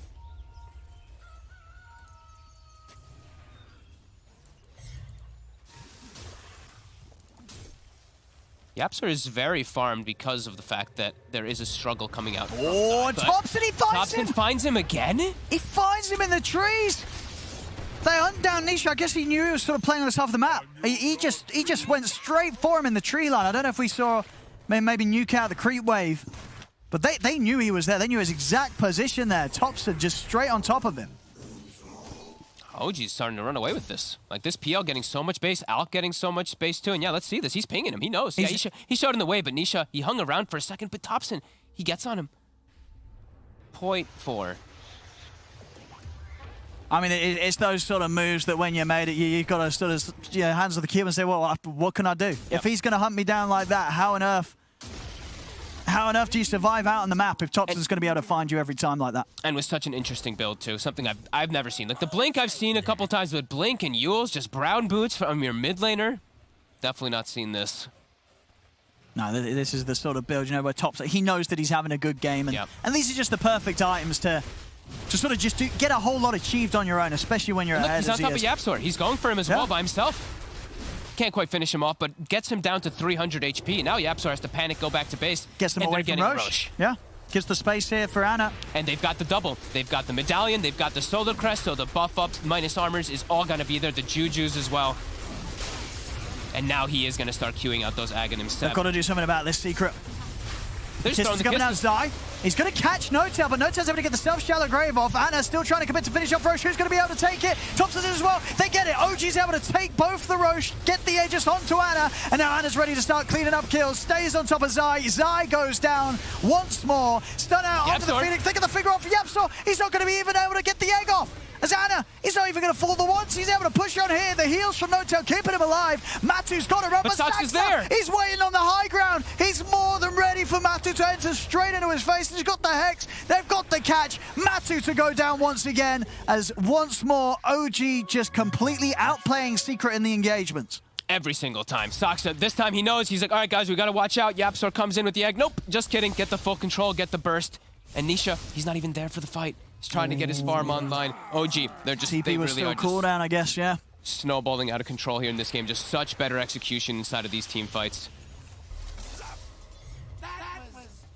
Now 5k lead now, stun out. What we're seeing on the XP, because we saw last time the gold was, it's not a huge amount, but the XP was even more. Is that the same here? Same thing again. Here. It's over 12k XP advantage 12k for OJ. XP at 23 minutes. With an Alchemist on the team. That is insane. That's a lot. It is indeed. He's already got 2 components of that Aghanims too, and now, that's when it becomes more effective, is in later stages when you do get these Ags for the Snapfire, as it does increase the potency when you get your ultimate levels. That's all 4 of... I feel like the other 3 heroes have got a pretty good case for Ags themselves over Thompson, Lion Ags is amazing. You really want the Lion Ags on the PL is amazing. Honestly, I think you could make an argument for No-Tail's Ags being pretty huge. No-Tail's already been able to get off so much in the fight. The AoE Dispel, now, as the panel mentioned, it's super nice against the Fatal Bonds and the Fire Spirits. And it's not even just the AoE Dispel, maybe just the increased healing, too, because it does also increase the heal by 100. We're already seeing damage issues from Secret. Like, if they just have plus, 285 I think that could be the big play. I think so, give it to No-Tail. There could be an opportunity for him, for sure. Yeah, we'll see. And then his stats also. Like, they couldn't kill this Dazzle a couple of times when they're focusing him. Throw some stats on top. I mean, we'll see who ends up getting it, but there's arguments. I thought that'd be the big brain move, but maybe Thompson, he's having a pretty good game. So if Thompson wants the Aghanims, he gets the Aghanims, As of course, there could definitely be the potential for some great saves. And as we're seeing, Secret, they've got a lot of sort of backline heroes, especially with Nisha as the Zeus. Thompson's able to shoot someone straight on top of Nisha, then the fight's probably going to be over. Yeah, it is. It might just be 2 value, right, to get on top of this Zeus, who has no way to protect himself, right? He's gone straight for Aghanims, Lens. So sure, he can sit far back, but if you have something that just gets right on top of you, yeah, it could be a problem. Secret yet to get a fight where they coordinate all their ults up, and the only egg that we've seen was killed solo by Thompson. Yes. Haven't got an opportunity for a second one. Yeah, that's the thing. I think even in that last situation where Yapsor was burst, even if he did get it off, it probably was going to be killed pretty quickly by OG.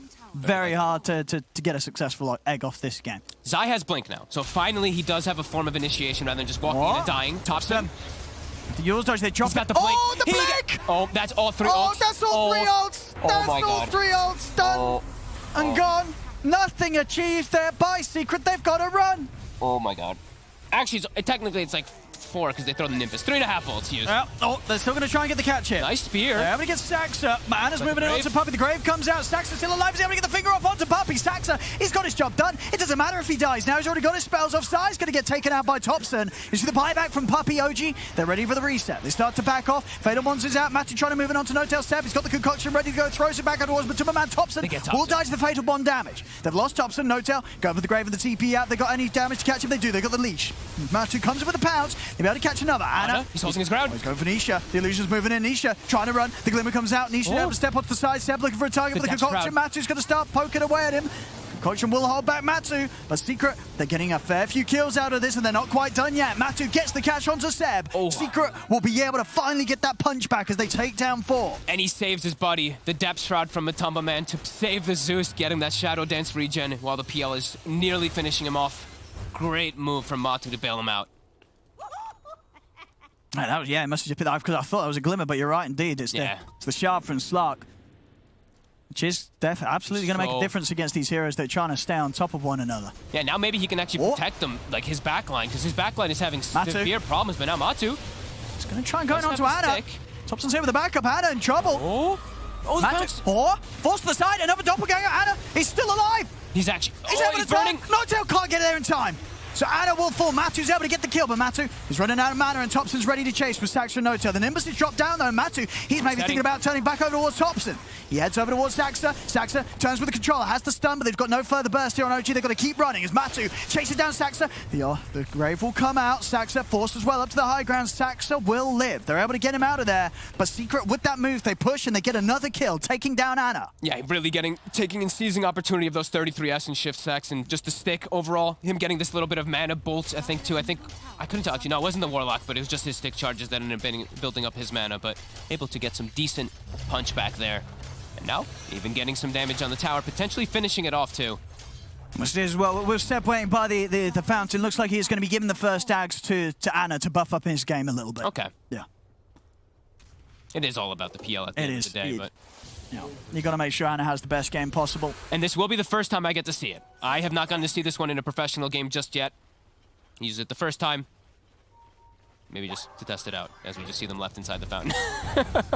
I mean, you're probably right. You know, it isn't something that I imagine Anna would be building himself every day, so a bit of a rare occurrence to get to play with it here. Yep, doesn't mean that's on cooldown for 40 seconds. Slaughter on the front. Did you get the dart packed off the time? Now the golden shot down. This time, that's the combo that we could have been looking for. That's the team fight that they've been trying to find for pretty much the entire game, and they get it there. Everything dropped down. 3 heroes on OG immediately explode, and they're going to be able to get even more. Jump over towards No-Tail. He'll grave himself, but Matu's punching away, building up the Essence Shift stacks. A Secret, they take down 4. After whiffing all 3 ultimates this time, they get a beautiful connection. They died so fast, though, and that was an insta-death from 3 heroes. Absolutely, just wiped off the screen. OG not respecting that high ground, just walking right into it. Now 2 tier 2s taken for Secret. Look at this again. Yeah, they just walk right into it. Look at how fast they died. So we got the Golem, boom. The Sunray burning. There's, of course, the overwhelming damage there from Zeus. Powered up by the bonds in it all, and they just evaporate. And all bounded and a veil as well too, because we did see Yapsor pick that one up quite early on. The damage is overwhelming. They still do have to be careful. OG walking into those high grounds blind. Yeah, big moves here. Zai as well, really starting to make the recovery. Had an incredibly tough early mid game here, but we can see as long as he gets the ult off, he can still provide that huge setup. Yeah, as long as he's able to just get in the front lines here and actually get the ult. Yeah, he allows Puppey to get everything off as well as that Phoenix. Yes, he's 0-8. So it really is the full sacrificial lamb. Last time, you know, he was, what, 4-16 I mean, as that Mars, this is what we see, you know, and it wins them games. It does it, you know. Topson. Oh, he stepped up. He did. Oh, and he's an easy kill. Matu, he's just racking up the stacks here. My God. Yeah, he's level 22 now as well. Ana. And without Thompson, like, no, Matu's just running right in with this Glimmer. I mean, he's ready to charge. Ana. I don't think they get the catch with the arena if they've got any spear, though. Ana, he's been pounced. They're in onto him. Matu's, he's going to get Hex for now. They've got the control. The stun on the Phoenix. The finger comes out. They're able to burst Yapsor. Yapsor dives in on the front lines, but Sax is able to take him down. Matu moving in with the Shadow Dance over towards Seb. Seb forced back to safety, but Matu's going to continue to chase on. Concoction cooking up. Matu, they'll hide in the shrouds. What a stun from Soxa. Maybe a little bit of luck there as Zapsor dives into it and gets clipped by the Earth Spike into a finger. Oh, but Zai looking is to go back in. again. Instant Hexo from Saxa in return. 5 seconds, Thompson's going to be back up and ready to TP in and get involved. Secret's got to be a little prepared for this. He's poking them. Their ultra's still cooldown. Zai's out of mana. They're trying their best to heal him up. The depth trap being dropped down, trying to protect him. Saxa's in with the Hex. He's found the Hex on the Matu. Saxa, he's got the controls. Matu still able to get out with the Dark Pact and the bounce in time. But Ana's chasing. The mana's getting taken away. Another stun from Saxa. He catches Matumba Man. Puppy gets caught. Thompson able to just get the stun connection onto him. This is going to be another one here on the defensive for OG as Secret. And they've got themselves a few nice team fights in a row. But OG continue to show how well they can kick back as again, 30 minutes in with 21-23, less than 1k gold in it.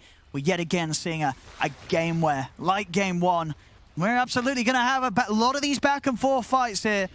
Because once more, at this stage of the game, no telling of who's going to take it as close as it can be right now. And it's all up to these clutch little usages. Soxa, those last two stuns, that last control, beautifully done. Getting the Phoenix, getting the end control there onto Matu, excellently done. 50 seconds, no Warlock, 40, none on, no respawn there from Matu, but they're actually maybe looking for the fight anyway. They've got the finger ready to go here. This Roche dies too fast, though. The heals, the medallion, the solar crest, it's being brought down way too quickly. They can't get here in time, Secret. No. There we go. Shard is going to be able to grab it. Let's go to No-Tail. Yeah, now he's got the Poison Touch Hex. All right, that's another Hex to throw into the mix. And there's the jump. They found Zai. Again? In the trees, they've caught him. They got a finger. They do. There we go. Another stack here for Saxa. 7 stacks. He's just about to hit the level 18 as well. Look at his health, too. 2,040 HP. He's a tanky lion. Very nice. And with the Psychic Headband, too, as well. This is just an insane amount of catch. Ether Lens money nearly done as well, thanks to these kill involvements the Sax has been getting in on. It's going to have some phenomenal catch. And they're breaking up a bit of that team fight. Zai being dead for 25. Rest of the ultimates are available here for Secret, but without Zai, they cannot look to make any type of plays. He is so adamant. He's so crucial to all of their setup. And Ana, he's starting to approach the big item, the heart. If he's able to get that one, I think they're going to really start having problems with him. The rest of the heroes, sure. They'll probably still be able to kill them almost instantly if they get the connection, but PL, pretty scary. Ana? There, he is very alone. All right, that's one way to cancel a TP and cancel a man's life there, as he is gone. See if they can do it a second time round, though. The backup starts to move in for Ana. Seb. Concoction out. Zai still with the spear, but Seb's pretty tanky here. Matu's going to look to move in with the halberd from Seb. Disarms Matu straight away. The turn with the stun. Gets Seb forced out to the side. He's ready to throw the Concoction back in onto Matu. Dark Pact removes both that and the Hex from the Poison Touch. Xana's trying to chase. He wants to get these longer team fights, just constantly throwing those spears out so he can burn the mana, build up the army a little bit. He's pushing Secret all the way back. It's not high ground. Matu actually sort of thinking about stepping back in on this. Gonna get caught out with the Hex. Ana trying to run in onto Zai. Ana's deep. Quick topple to dodge the pounce. He's in onto Puppy, but Ana's getting nuked down so low. Pop the cheese. Ana back up to a decent amount of HP. No-Tail comes in with a save. Jump onto the high ground. Thompson. He's in onto the egg, but he doesn't have nearly enough damage. He can't take out the supernova in time as the stone goes off. Catches No-Tail. Catches Thompson. Thompson tried to cookie away, but they've got him here. Thompson will try and run up to the high ground, but they'll see him as Secret. They'll take. Ooh. Still likely to get caught. Zai's got him. Yeah. And Zai. Actually, well, wait. Matu. Might get controlled. Hang on him, Matumba Man. Uh-oh. He got split from his team. I mean, he split himself from the team there, running down mid. Can they get more from this? I mean, Ana's going to still be good to go. They get the stun out onto Zai. They're going to get Zai, but as what they get both of them. Matu and Zai throwing their lives away down the mid. After doing such a big play too, Zai, he actually, as soon as Thompson blinks onto high ground to focus egg, he bulwarks. So he actually absorbed the hits from the little shredder. Saxa. It's a lovely courier you've got there. Would be a shame if someone was to take it away. Oh, no bloodstone like for you. Bloodstone. Yeah, he would have had it. 300 gold, 200 gold away from the point booster. Saxa continuing to be a real thorn in the side of Secret. And we're continuing to just get chaos. It's OG. Oh, Nisha. With just the 2 heroes still looking for more. Oh, he knows he's in here. He won't quite find him, though. Saxa, oh, he's going for the jump. Oh my god, okay. Whoa, the Psychic Headband and the Ether Lens. He's got a long reach with this Seb. There's tier 2s, though. They want to go. Anna's charging in. They're in with the stun. They're in on the Nisha. Nisha gets completely collapsed upon. Yapsor's gone as well. I mean, this poking from OG just doesn't stop. And Secret, they sort of, you know, their attention strays away, loses for a little bit of time, and OG is so quick to punish it. You can't lose focus here playing against OG, because they'll hit you hard. OG now bouncing up an 8k lead with those sort of back-to-back catches. We have Matu and Zai getting caught in the mid lane. Yaps or Nisha getting straight dove up top as they lose 4 big heroes up and down the map. OG is just, in this game in particular, they're doing so good about these little skirmishes, playing around these big ultimates. Now, Secret, when they respawn, they'll have them, but OG, they've done so much damage of just getting these frequent kills, just splitting up the map, splitting up the fights. Ana, up to the high ground here. Level 23, nearly 24. Yep. He's got the It's heart. been up and down. He's got the Elven Tunic as well for How the evasion. do you stop this? Well, the evasion, obviously, now with the Butterfly helping out a little bit against these illusions. Matu. Yep. Still trying to step up, but there's still 20 seconds, no Nisha. There's so many of these illusions that it's still problematic, even with the evasion. I mean, Matu's just taking a fair bit of damage. He's having to back off to the fountain. He can't head in and push them away like this. They need Nisha. He's the only one that can actually clear out these pesky illusions that's coming out from Ana. Matu going to pass it aggressively. The Shroud's going to be dropped down as well as the Golem. They're looking to control Ana. They get the arena out, but the Kisses are coming in from the side. They're looking towards No-Tail. Matu, can he finish off this No-Tail in time? He can't. The Grave comes out. No-Tail will be able to keep himself alive. The Supernova successful, but Anna's ready to go back in. No-Tail forced off to the side, but the Thunder God's Wrath finishes him off. Anna pushing in onto Nisha, chasing them up to the high ground. He's over towards the spear. Zai, he's able to catch Anna. They don't have enough damage, though. Still able to get the Doppelganger off Anna. He'll still fall, though. They bring Anna down. Thompson trying to TP out with the BKB, but they have the physical damage. A Secret will push back OG. As OG may have got the melee racks, but they will lose 3 heroes there. As Secret able to bring the team fight together once more. I can't believe Ana tries to go back in. Even though the ultis are down, the fact that he tries to run onto Nisha, he doesn't have the full detection in the area. He has that one sentry that he's trying to work around, but Nisha gets glimmered, gets to the high ground, Ana gets speared against Zai. Even though he's having 1 in 10, like we've said for Zai, he's getting some clutch spears, and it's all about him getting that connection. Yeah, it just goes to show you that we're 3rd lowest on the net worth, but still absolute potential for Zai to make those sort of moves that could lead to Secret turning this game 2 around. Whoa, tries for it again. He does. Fortification has been forced out. They don't want to use the buybacks here, OG, especially Anna's. Still dead for 40, though.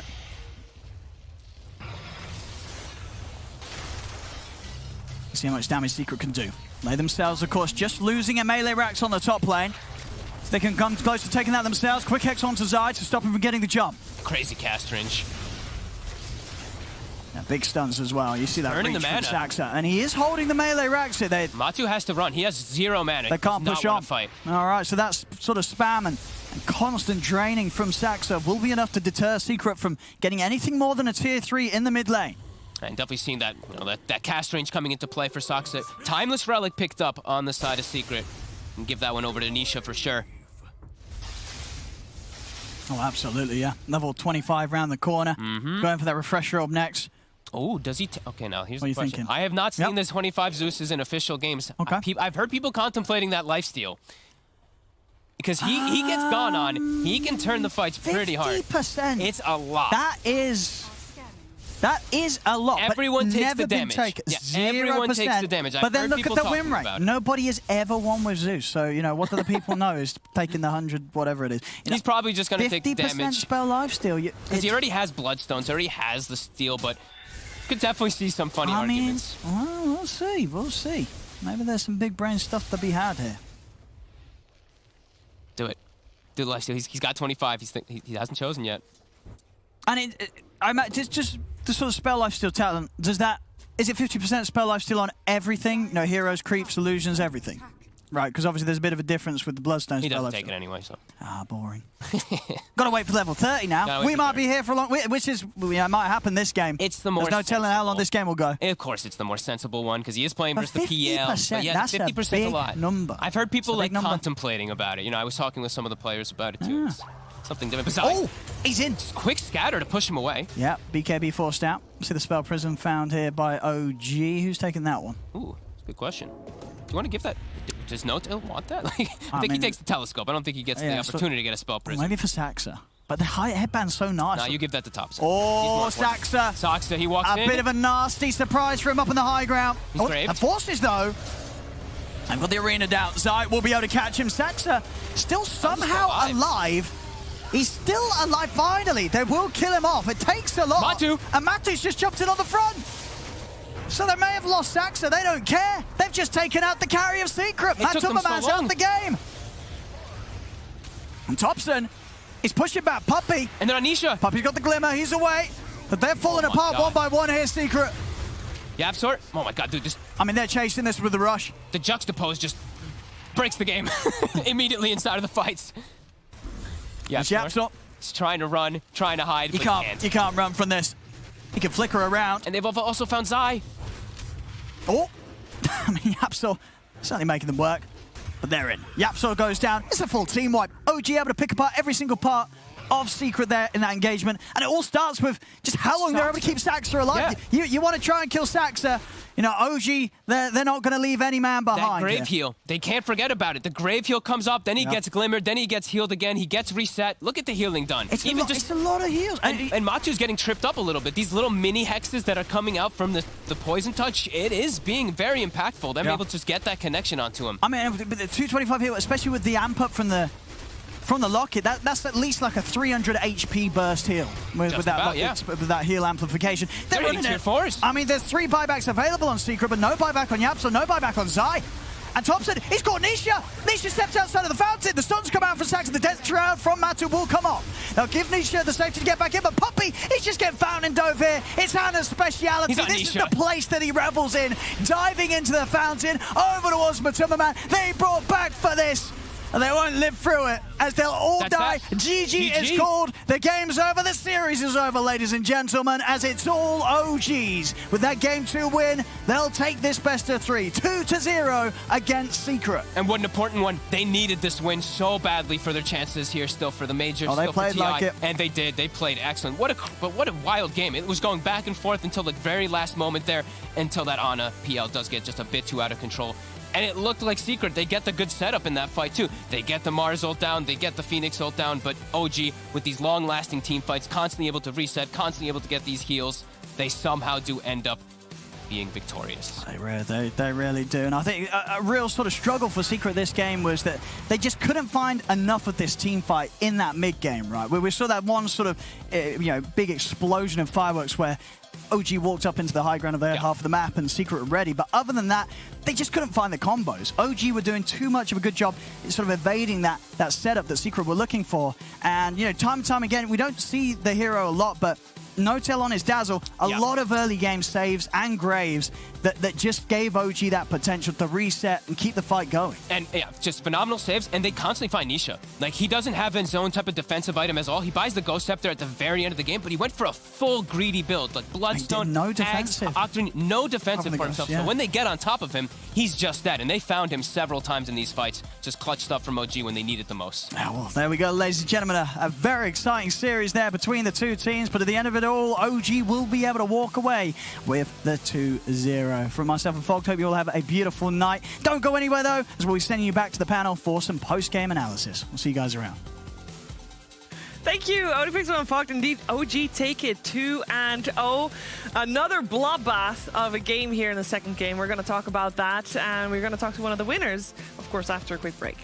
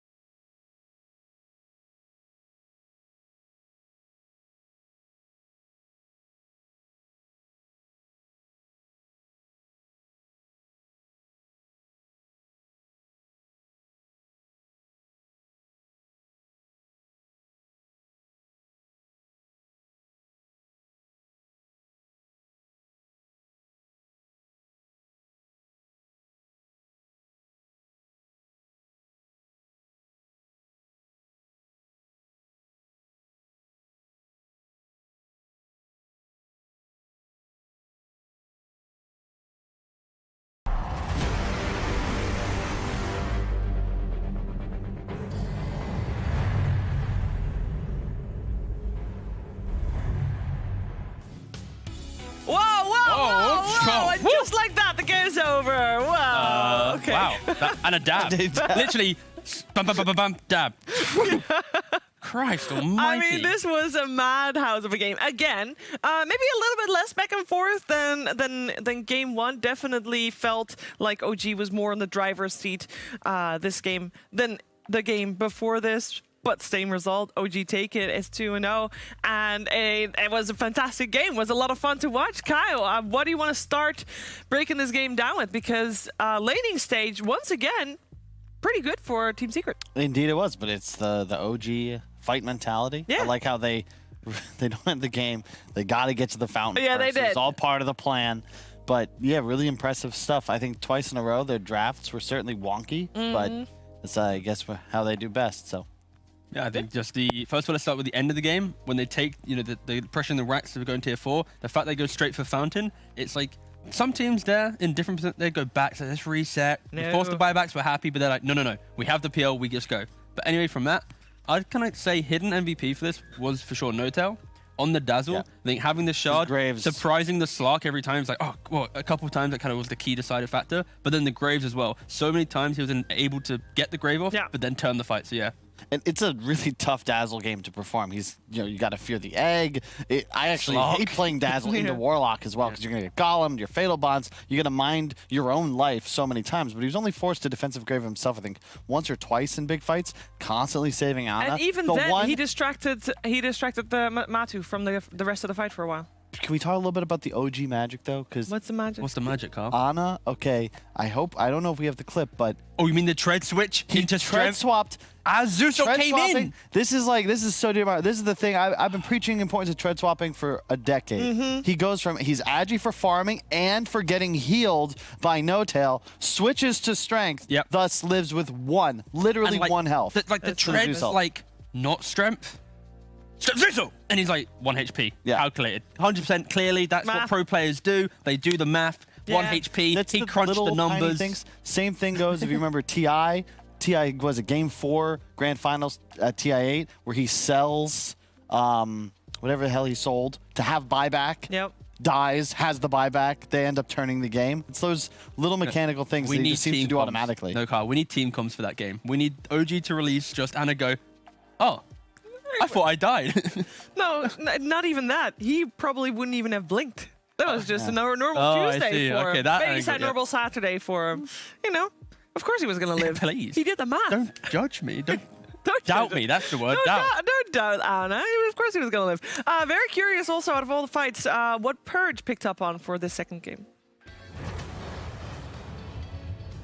Thanks, guys. OG had an amazing performance, obviously. Their strategy was interesting and a little different than what we normally expect. I love the Blink Dagger on Thompson here. He was able to get in the game, effectively kill Zeus so many times with help from some of his allies. Really helped limit Nisha's impact in the match. I thought that was pretty sick, even if both of them died here. But I thought what was most interesting about his gameplay was pretty much every time his ultimate was off cooldown, he just threw the globs out. And in this case, it might feel a little bit ineffective, right? It's like, okay, he didn't get a kill. Normally you want to combo with something else. But one thing he did do is get Zeus down to half HP, and he did buy some time to make it a little bit harder for Secret to push aggressively while Lion was respawning. And if you look at the map, what happened was the Zeus actually ran over here to get a bounty rune to pick that up. And then this crucial fight that happened where Thompson got another great initiation. As a result, where Ana gets really, really low graved and survives, somebody's not there. It's the Zeus. He ran all the way back to go get a bounty run instead of sticking around. And as a result, it's giving them some small advantage in these skirmish fights. Here's another one. He ultis to start on the wave, throws some at Zeus, throws at least 1 or 2 on the creep wave. Then when he gets gone on, the creep wave's dead, so the tower isn't dying while the fight happens. They've got great heroes for this. Seb going for the really fast pipe was really cool. Normally that offlane Alchemist gets an Ags instead, but this is a great way to spend your money on an item that's maybe a little bit too expensive for most offlanes to buy. But he stays alive, it buys them cover to take fights, and all of these pieces kind of fit together in a nice way that make it more likely for OG to win these team fights consistently. And then later on, what do? They keep ganking Zeus. They got a little bit lucky on this one, happened to run right into him, but he dies here. Here's another one. 2 minutes later, they go bottom. Thompson ends up breaking smoke blinking to the perfect place. They get Nisha killed again, and it all kind of culminates in just a nice gold advantage where the Alchemist can be the aura buyer that amplifies his team's survivability. He's very, very difficult to kill. they did such a good job on the earlier skirmishes as well that it just gives them team fight advantages when things really come to a head. So, but ultimately comes down to OG playing together, having heroes that amplify each other, that stack well, and just outplaying your opponents. So that's why they deserve to win here. They deserve to win. They played better. They were the better team here tonight, and yeah, they looked great in this series. And we get to talk to one of the best players in the world. Hello, Seb. Well, what an honor! Actually, Are you? What an I was intro! gonna say, Wow. are you used to getting called that yet? Because you know you're 2 TI champion, so you got that title. You know. Yeah, no, I'm definitely not used to it, and I don't think I ever will. And I think the day I get used to that, I will start becoming worse and worse until, you know, it will definitely not be true. If it's not the case already. Okay, I will try to keep you humble then. You had an average performance here tonight, Seb. No. Great game. Yeah. I wanna know one thing. I don't know if you noticed in the game at some point there was a Zeus ult and Ana was about to die, but he thread switched at the right time, so he lived with 1 HP after a heal from Dazzle. Was that just, you know, glassed over? Was there any kind of sound from Ana while that happened? No, actually, no. I'm just learning about it. I mean, if we had to keep track of all the Ana things that happen that are like on the edge, I think we'd go mental. We'd probably get a heart attack.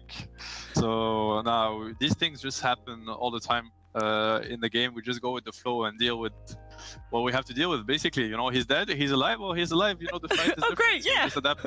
Yeah. So does he react then? So like in those scenarios, is he at least going like, yeah, woo? Or is he just very quiet, very, you know, just like, meh, it's another day? Actually, we have what we call a Ana panel sound, like a soundboard, because he doesn't, he's not that vocal, like he's not gonna like write an essay about it. So he's gonna give you so you have the O means like, you know, like unexpected outcome. You guys might want to look at it. So O means like, maybe we should go back in. You have the A means like just get out, cut them off, you know, get the room, something like that. What else could I give you? This is real, by the way. Like no, yeah. I believe it. Did you have to have a session for this? Like, did you actually have to sit down and go, all right, Ana, you're not talking that much, so please give us the sounds and we can start translating? We didn't have a session, but I mean, it wasn't called a session, but we definitely had this talk. We were half joking about it, but it became half serious, as in, then you have the means he doesn't know himself what's about to come. So it's like everybody's free to interpret what's happening right now and make your own decision. But it's really funny. Like one day maybe we should actually make like a soundboard or whatever it's called in English. It would be pretty fun. You really should. Yeah. It sounds like a great way of having your teammate communicate in the, you know, TI champions, TI finals, whatever. Great way of communicating. I love. I have still one more question because I want to know this first game of the series. We have the Thompson Drow coming out, and we looked at his pubs before, and he does like Dragonlance this week specifically. And we were wondering, going into the series, was he already like, okay, just give me a hero that I can buy Dragonlance on, please? I think. No, not really, but I think he's just feeling the draw a lot, and we also play a lot on feeling. So when we see someone feel great about something, we also want all of us to feel great in the game. So then we just want to play draw. We get inspired by each other's. I'm sure he's looking at the Dragonlance. I also think he just loves the hero. Even if Dragonlance was not a thing, he would probably look at it too. And it's a great hero. I mean, if you see what it does in the game, like I'm also baffled that I didn't realize draw was that strong until I saw him play it. All right. Yeah, I don't think we did either. Hey, congrats to the win, Seb. Always nice to talk to one of the best 100 players in the world. Wanted to ask, all of you guys are rocking the flow. Is this a lifestyle choice, the long hair, or are you guys just pandemic problems? What's going on? A little bit of both, I guess. Also, we're boot camping. We are in our own bubble here. We have everything we need around. We don't really need to go to the city. We can, there's a lot of green around us, nature and stuff. We have the beach not so far, activities if we want to. And yeah, just the setup is great. So there's no hairdresser, if that answers your question. Got it. So. Wait, maybe I'm not seeing it really right with the camera, but your hair isn't super long, is it? Or are you having it in a ponytail at the moment? Yeah, it's being held by the headset, but it's definitely longer than what it should be. I think Kyle nailed it on that one. I gotcha. Are you guys, so you're just not gonna, how about no haircuts until you win your 3rd TI? Probably, so, gonna look like Dumbledore. No, it's actually a content piece. They'll let No-Tail cut Seb's hair, Seb cuts No-Tail hair. You know. We could get there. We could See, get there there. we go. I have one serious question. What do you guys feel like right now? You know, you're in a tough position, good win, but still sort of shaky in terms of getting to the major. If you do get there, you'll need an incredible performance to qualify to TI on points. Are you nervous about that at all? Because obviously you're used to playing a TI qualifier, but do you feel any extra pressure this season compared to last? I mean, first question, no, we're not nervous about it at all. We're ready for whatever comes, and if we have to go through qualifiers, we'll go through qualifiers happily. And if we don't get to TI, we also survive to this. So no nervosity on that side. I do think that what we learned a lot from the last series, where like we realized that there were sequences of the series where we definitely didn't play like ourselves. And we did identify that some of it came from, I wouldn't say, it was not really the pressure of the moment, we did that well, but we just had expectations that we just shouldn't have. You know, we probably thought that we should be winning some of these games, not because of the opponent, mostly Dota-wise, as in, you know, we should be winning this game. And that feeling just doesn't suit us well. I think we enjoy being freer to throw the game if we feel like throwing, making a throwing play, or, I mean, tonight was true OG Dota. Like, we just didn't, you know, what's it called? We just let it all out. Like, we were completely free in how we played, and turned out much better than the last series. So that has to do with the expectations that people have for us. And that's fair. I mean, what I mean is, like, no blame on that. Of course, people have expectations. That's how it is, and you know, we should be proud that they have expectations for us. But we just had to learn to deal with it better. Let's put it this way. And I think we did a good job tonight, and hopefully we keep that going so that we can be our true selves, and hopefully that will be enough to take us to TI. Yeah, I guess then my final question simply then is, after the game, in between the games, sorry, are you focusing more on just kind of motivating the guys? For example, Clockwork game 1, Satsuka, he popped off. So rather than critiquing the game and finding like small picking points, are you more kind of just team building and kind of elevating the team, going like, that's such a great game, we played our game, let's focus more of just the good stuff, basically? Yeah, we just focus on feeling good, exactly. Just feeling good, you know, good vibes, confident, laugh at the bad things that comes your way, because it's always going to be bad things coming your way. You know, we're throwing, we're diving, we're all dead. Yeah. Whatever, we lose a game, whatever. I mean, you know, life goes on, keep fighting. And yeah, definitely that's the wave that we're riding. On the side, of course, we're working very hard when it comes to Dota and getting better every day. But the most important is for us to just feel good about what we do, which is how we peak. Definitely the TI wins were on the back of that, and tonight's win was on the back of that too. And I think if we keep it going, I'm not saying we're going to keep winning, but at least we will keep achieving our potential, and that's what matters. And then hopefully, indeed, if this is the same style of Dota, keep giving us entertaining games, because it was a great watch tonight. Thank you for that, Seb. And thank you for taking the time to talk to us, of course, as well. Congratulations once again, and I'm sure we're going to talk to you a lot more. Yeah, you're very welcome. Take care. Thanks, Seb. Congrats. Thank you. And indeed, I mean, OG, they needed this win. We can take a look at the standings.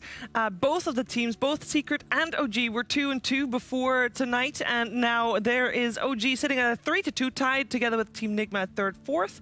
Team Secret now tied for 7th, together with Brame and Tundra. Now, we have to keep in mind that Team Secret has 99.9% already qualified for TI. 99.99. So they have a little bit less pressure on them this season round, but you do not want to get dropped to the lower division regardless, I think.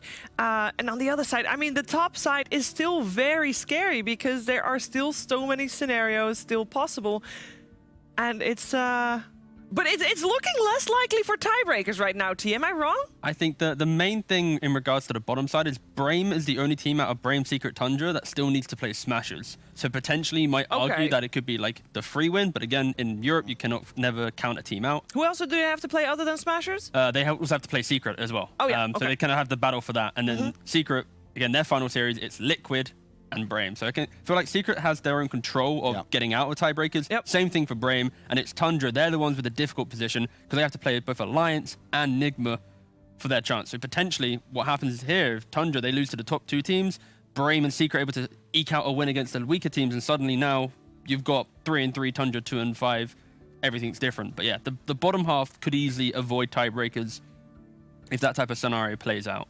Yeah, Alliance and Liquid obviously control their destiny. Alliance has to play Tundra Yep. and Hellbear Smashers, Correct. whereas Liquid has OG and Secret. Oh, Yeah. And after this series, even though it angry was a Team 2-0, Secret. yeah, these are an angry Team Secret and an absolutely popping OG. So yeah, that's the final series, right? The final series of the entire qualifiers for the Western European Upper Division, May 19th. May 19th, Liquid OG. It's gonna be And great. it might only be temporary, but it's so cool. You can kind of feel how hype, like just thinking about what we have. You know, Miracle back to mid, Ana back on OG, Sumail playing mid for Liquid, Alliance taking down the top 4, but then losing to Brame. It's like what even What's what's happening? Going on What right is now? happening? It's all over the place. I love it. That's the European Dota way. It turns out, you know, if OG is embodying the style in terms of play as well, that's all over the place as well. And Secret losing is the best thing that could happen to EU, Because right? it means more teams get to the major, get more points, therefore potentially Exactly. more European points. you're We gonna are the start best. We want more teams If- at TI. If That's the our goal. standings hold and Liquid, Alliance, OG, Enigma all go Yep. to the major, you're living in a world where one of these teams winning, even from the wild card. Let's say, Pipe Dream, they win the major, they go to TI on points. You could still sneak 3, maybe even 4 European teams in. We're grasping here. I We are. like We're how you grasping. just We're grasping. We're gloss so over the really fact grasping. that we sucked hard. Well, okay, no.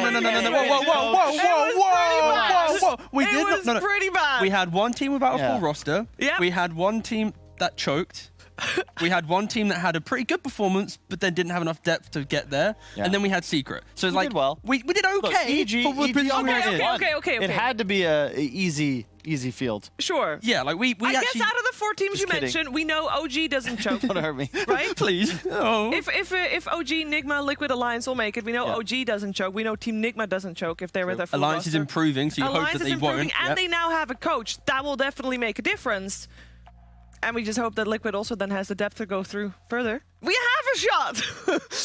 We have 4 horses in the race, potentially. One of them EU. should hopefully finish Finish. the race. Please. At Yeah, some but point. ideally 2 of them do. Oh, it's fine Two though, of them goes because to the Europe final. won the last 2 TIs. Why are we caring about this actually? Well, also, that's the main point, right? Because you don't want to have to play in a qualifier. Hello? Thanks. That's fine, you can. An Alliance, if they can stay top 2, is in a really good spot. I think the threshold, it looks like for TI, the threshold based on how other teams in the divisions are going, because you got to keep in mind, IG won the major, but they're actually 2 and 3. So there's a pretty good shot that there's a lot of chaos around the 500 to 700 point range. That will likely be enough to get you to TI, but how many teams will be the question. What happens if 2 teams are tied for points for TI, and then... You mean for 12 to 13s? Yes. What if they're from 2 different regions? Exactly. What do you do? Tiebreakers globally? No, you invite both. No, we bring both of them out Can't for a do that. showdown, best of 1. You can't do that. We have 18 teams in I TI. know. You can't have 19 teams. That throws off the It's whole org. a tie. You have to. You play the tiebreakers on location. How do you play the team that tiebreakers? is out says bye. What if one's They not can at the play. major? What if one is... Let's say it's Thunder Predator. Let's say Thunder Predator is tied for 12th with the team from China, and Thunder Predator is still in South America. No, you 'cause they fly didn't them go to the both major. out for a single One game. In a cage. Best of What? one. In a No, best of 1. Yeah. One Yes. one Yes. team. Yes. And the losing... How about no? We do it on a plane.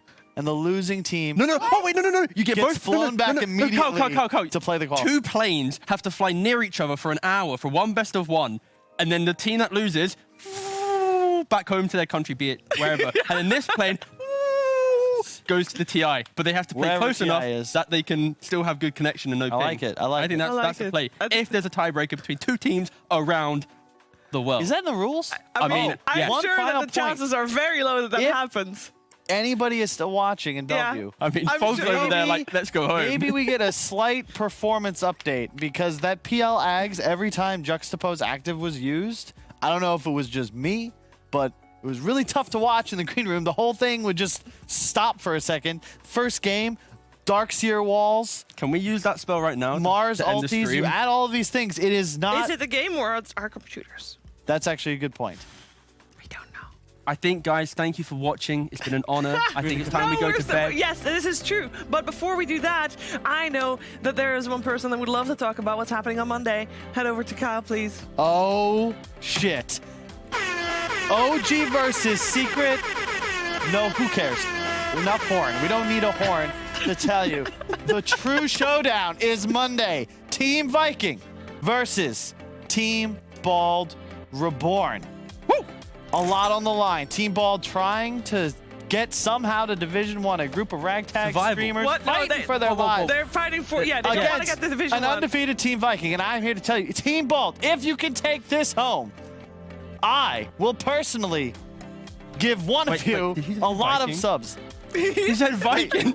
No, I did. No. Did he say Team Viking? Bald wins. Okay, cool. Team Bald manages to take this home, but he is backing out from what he said. 100 subs. 100 subs. But to who? Per person? No. Per person? Definitely per person. 100 500 subs. 100 subs from me and 100 subs from Shiver. Definitely not. I'm not a betting person. I'm not betting. I'm giving an incentive. Literally a bet. A bet implies I win something. How many subs do Viking This is they a win, though, gift. Kyle? You win if you. Viking is expected to win. They get nothing. Wow. Nothing. That's very you get rude. nothing for playing, Viking. Yeah, nothing that is from very Carl. rude. That's what he said. He told you that. They're playing for the honor of victory. Kezu, where are the Kezu fans at? to You maintain get undefeated angry. Angry with Carl now. The Yeah. Kezu fans, they want their subs. Yeah. I'm not a charity. I'm not giving stuff away. No, apparently you are, because you're giving away free subs. Exactly. Selective. You're biased. Can confirm he loves gold. All right, guys, it has been a great day of Dota 2. Thank you so much for tuning in. We've hoped you enjoyed the show. We certainly have enjoyed the show, as you can tell. And we're going to have another show on Monday. It's going to be a little bit more of a small show because it's just one series and it's just one in the lower division. But it should be a great series, as you just heard Kyle talk. And he has also a lot of subs on the line. I don't, though. What's? I just saw something on the internet that I wanted to share. Oh. Why do they call fake teeth dentures and not substitutes? It doesn't make any sense. A golden opportunity wasted. Why'd you have to change my This voice? man That is is a actually a very genius. serious thing. Substitutes? Substitutes. Substitutes. Yes, and this is why Kyle. It's I just- have nothing. Just good night. Good night. Just end it. End it. Thank you. Oh, he turned it off in time. Thank you for tuning in, and we'll see you next time. You Have showed a you great broke night. it. Oh, thanks. More DreamLeague, Season 15, powered by Intel. Another day.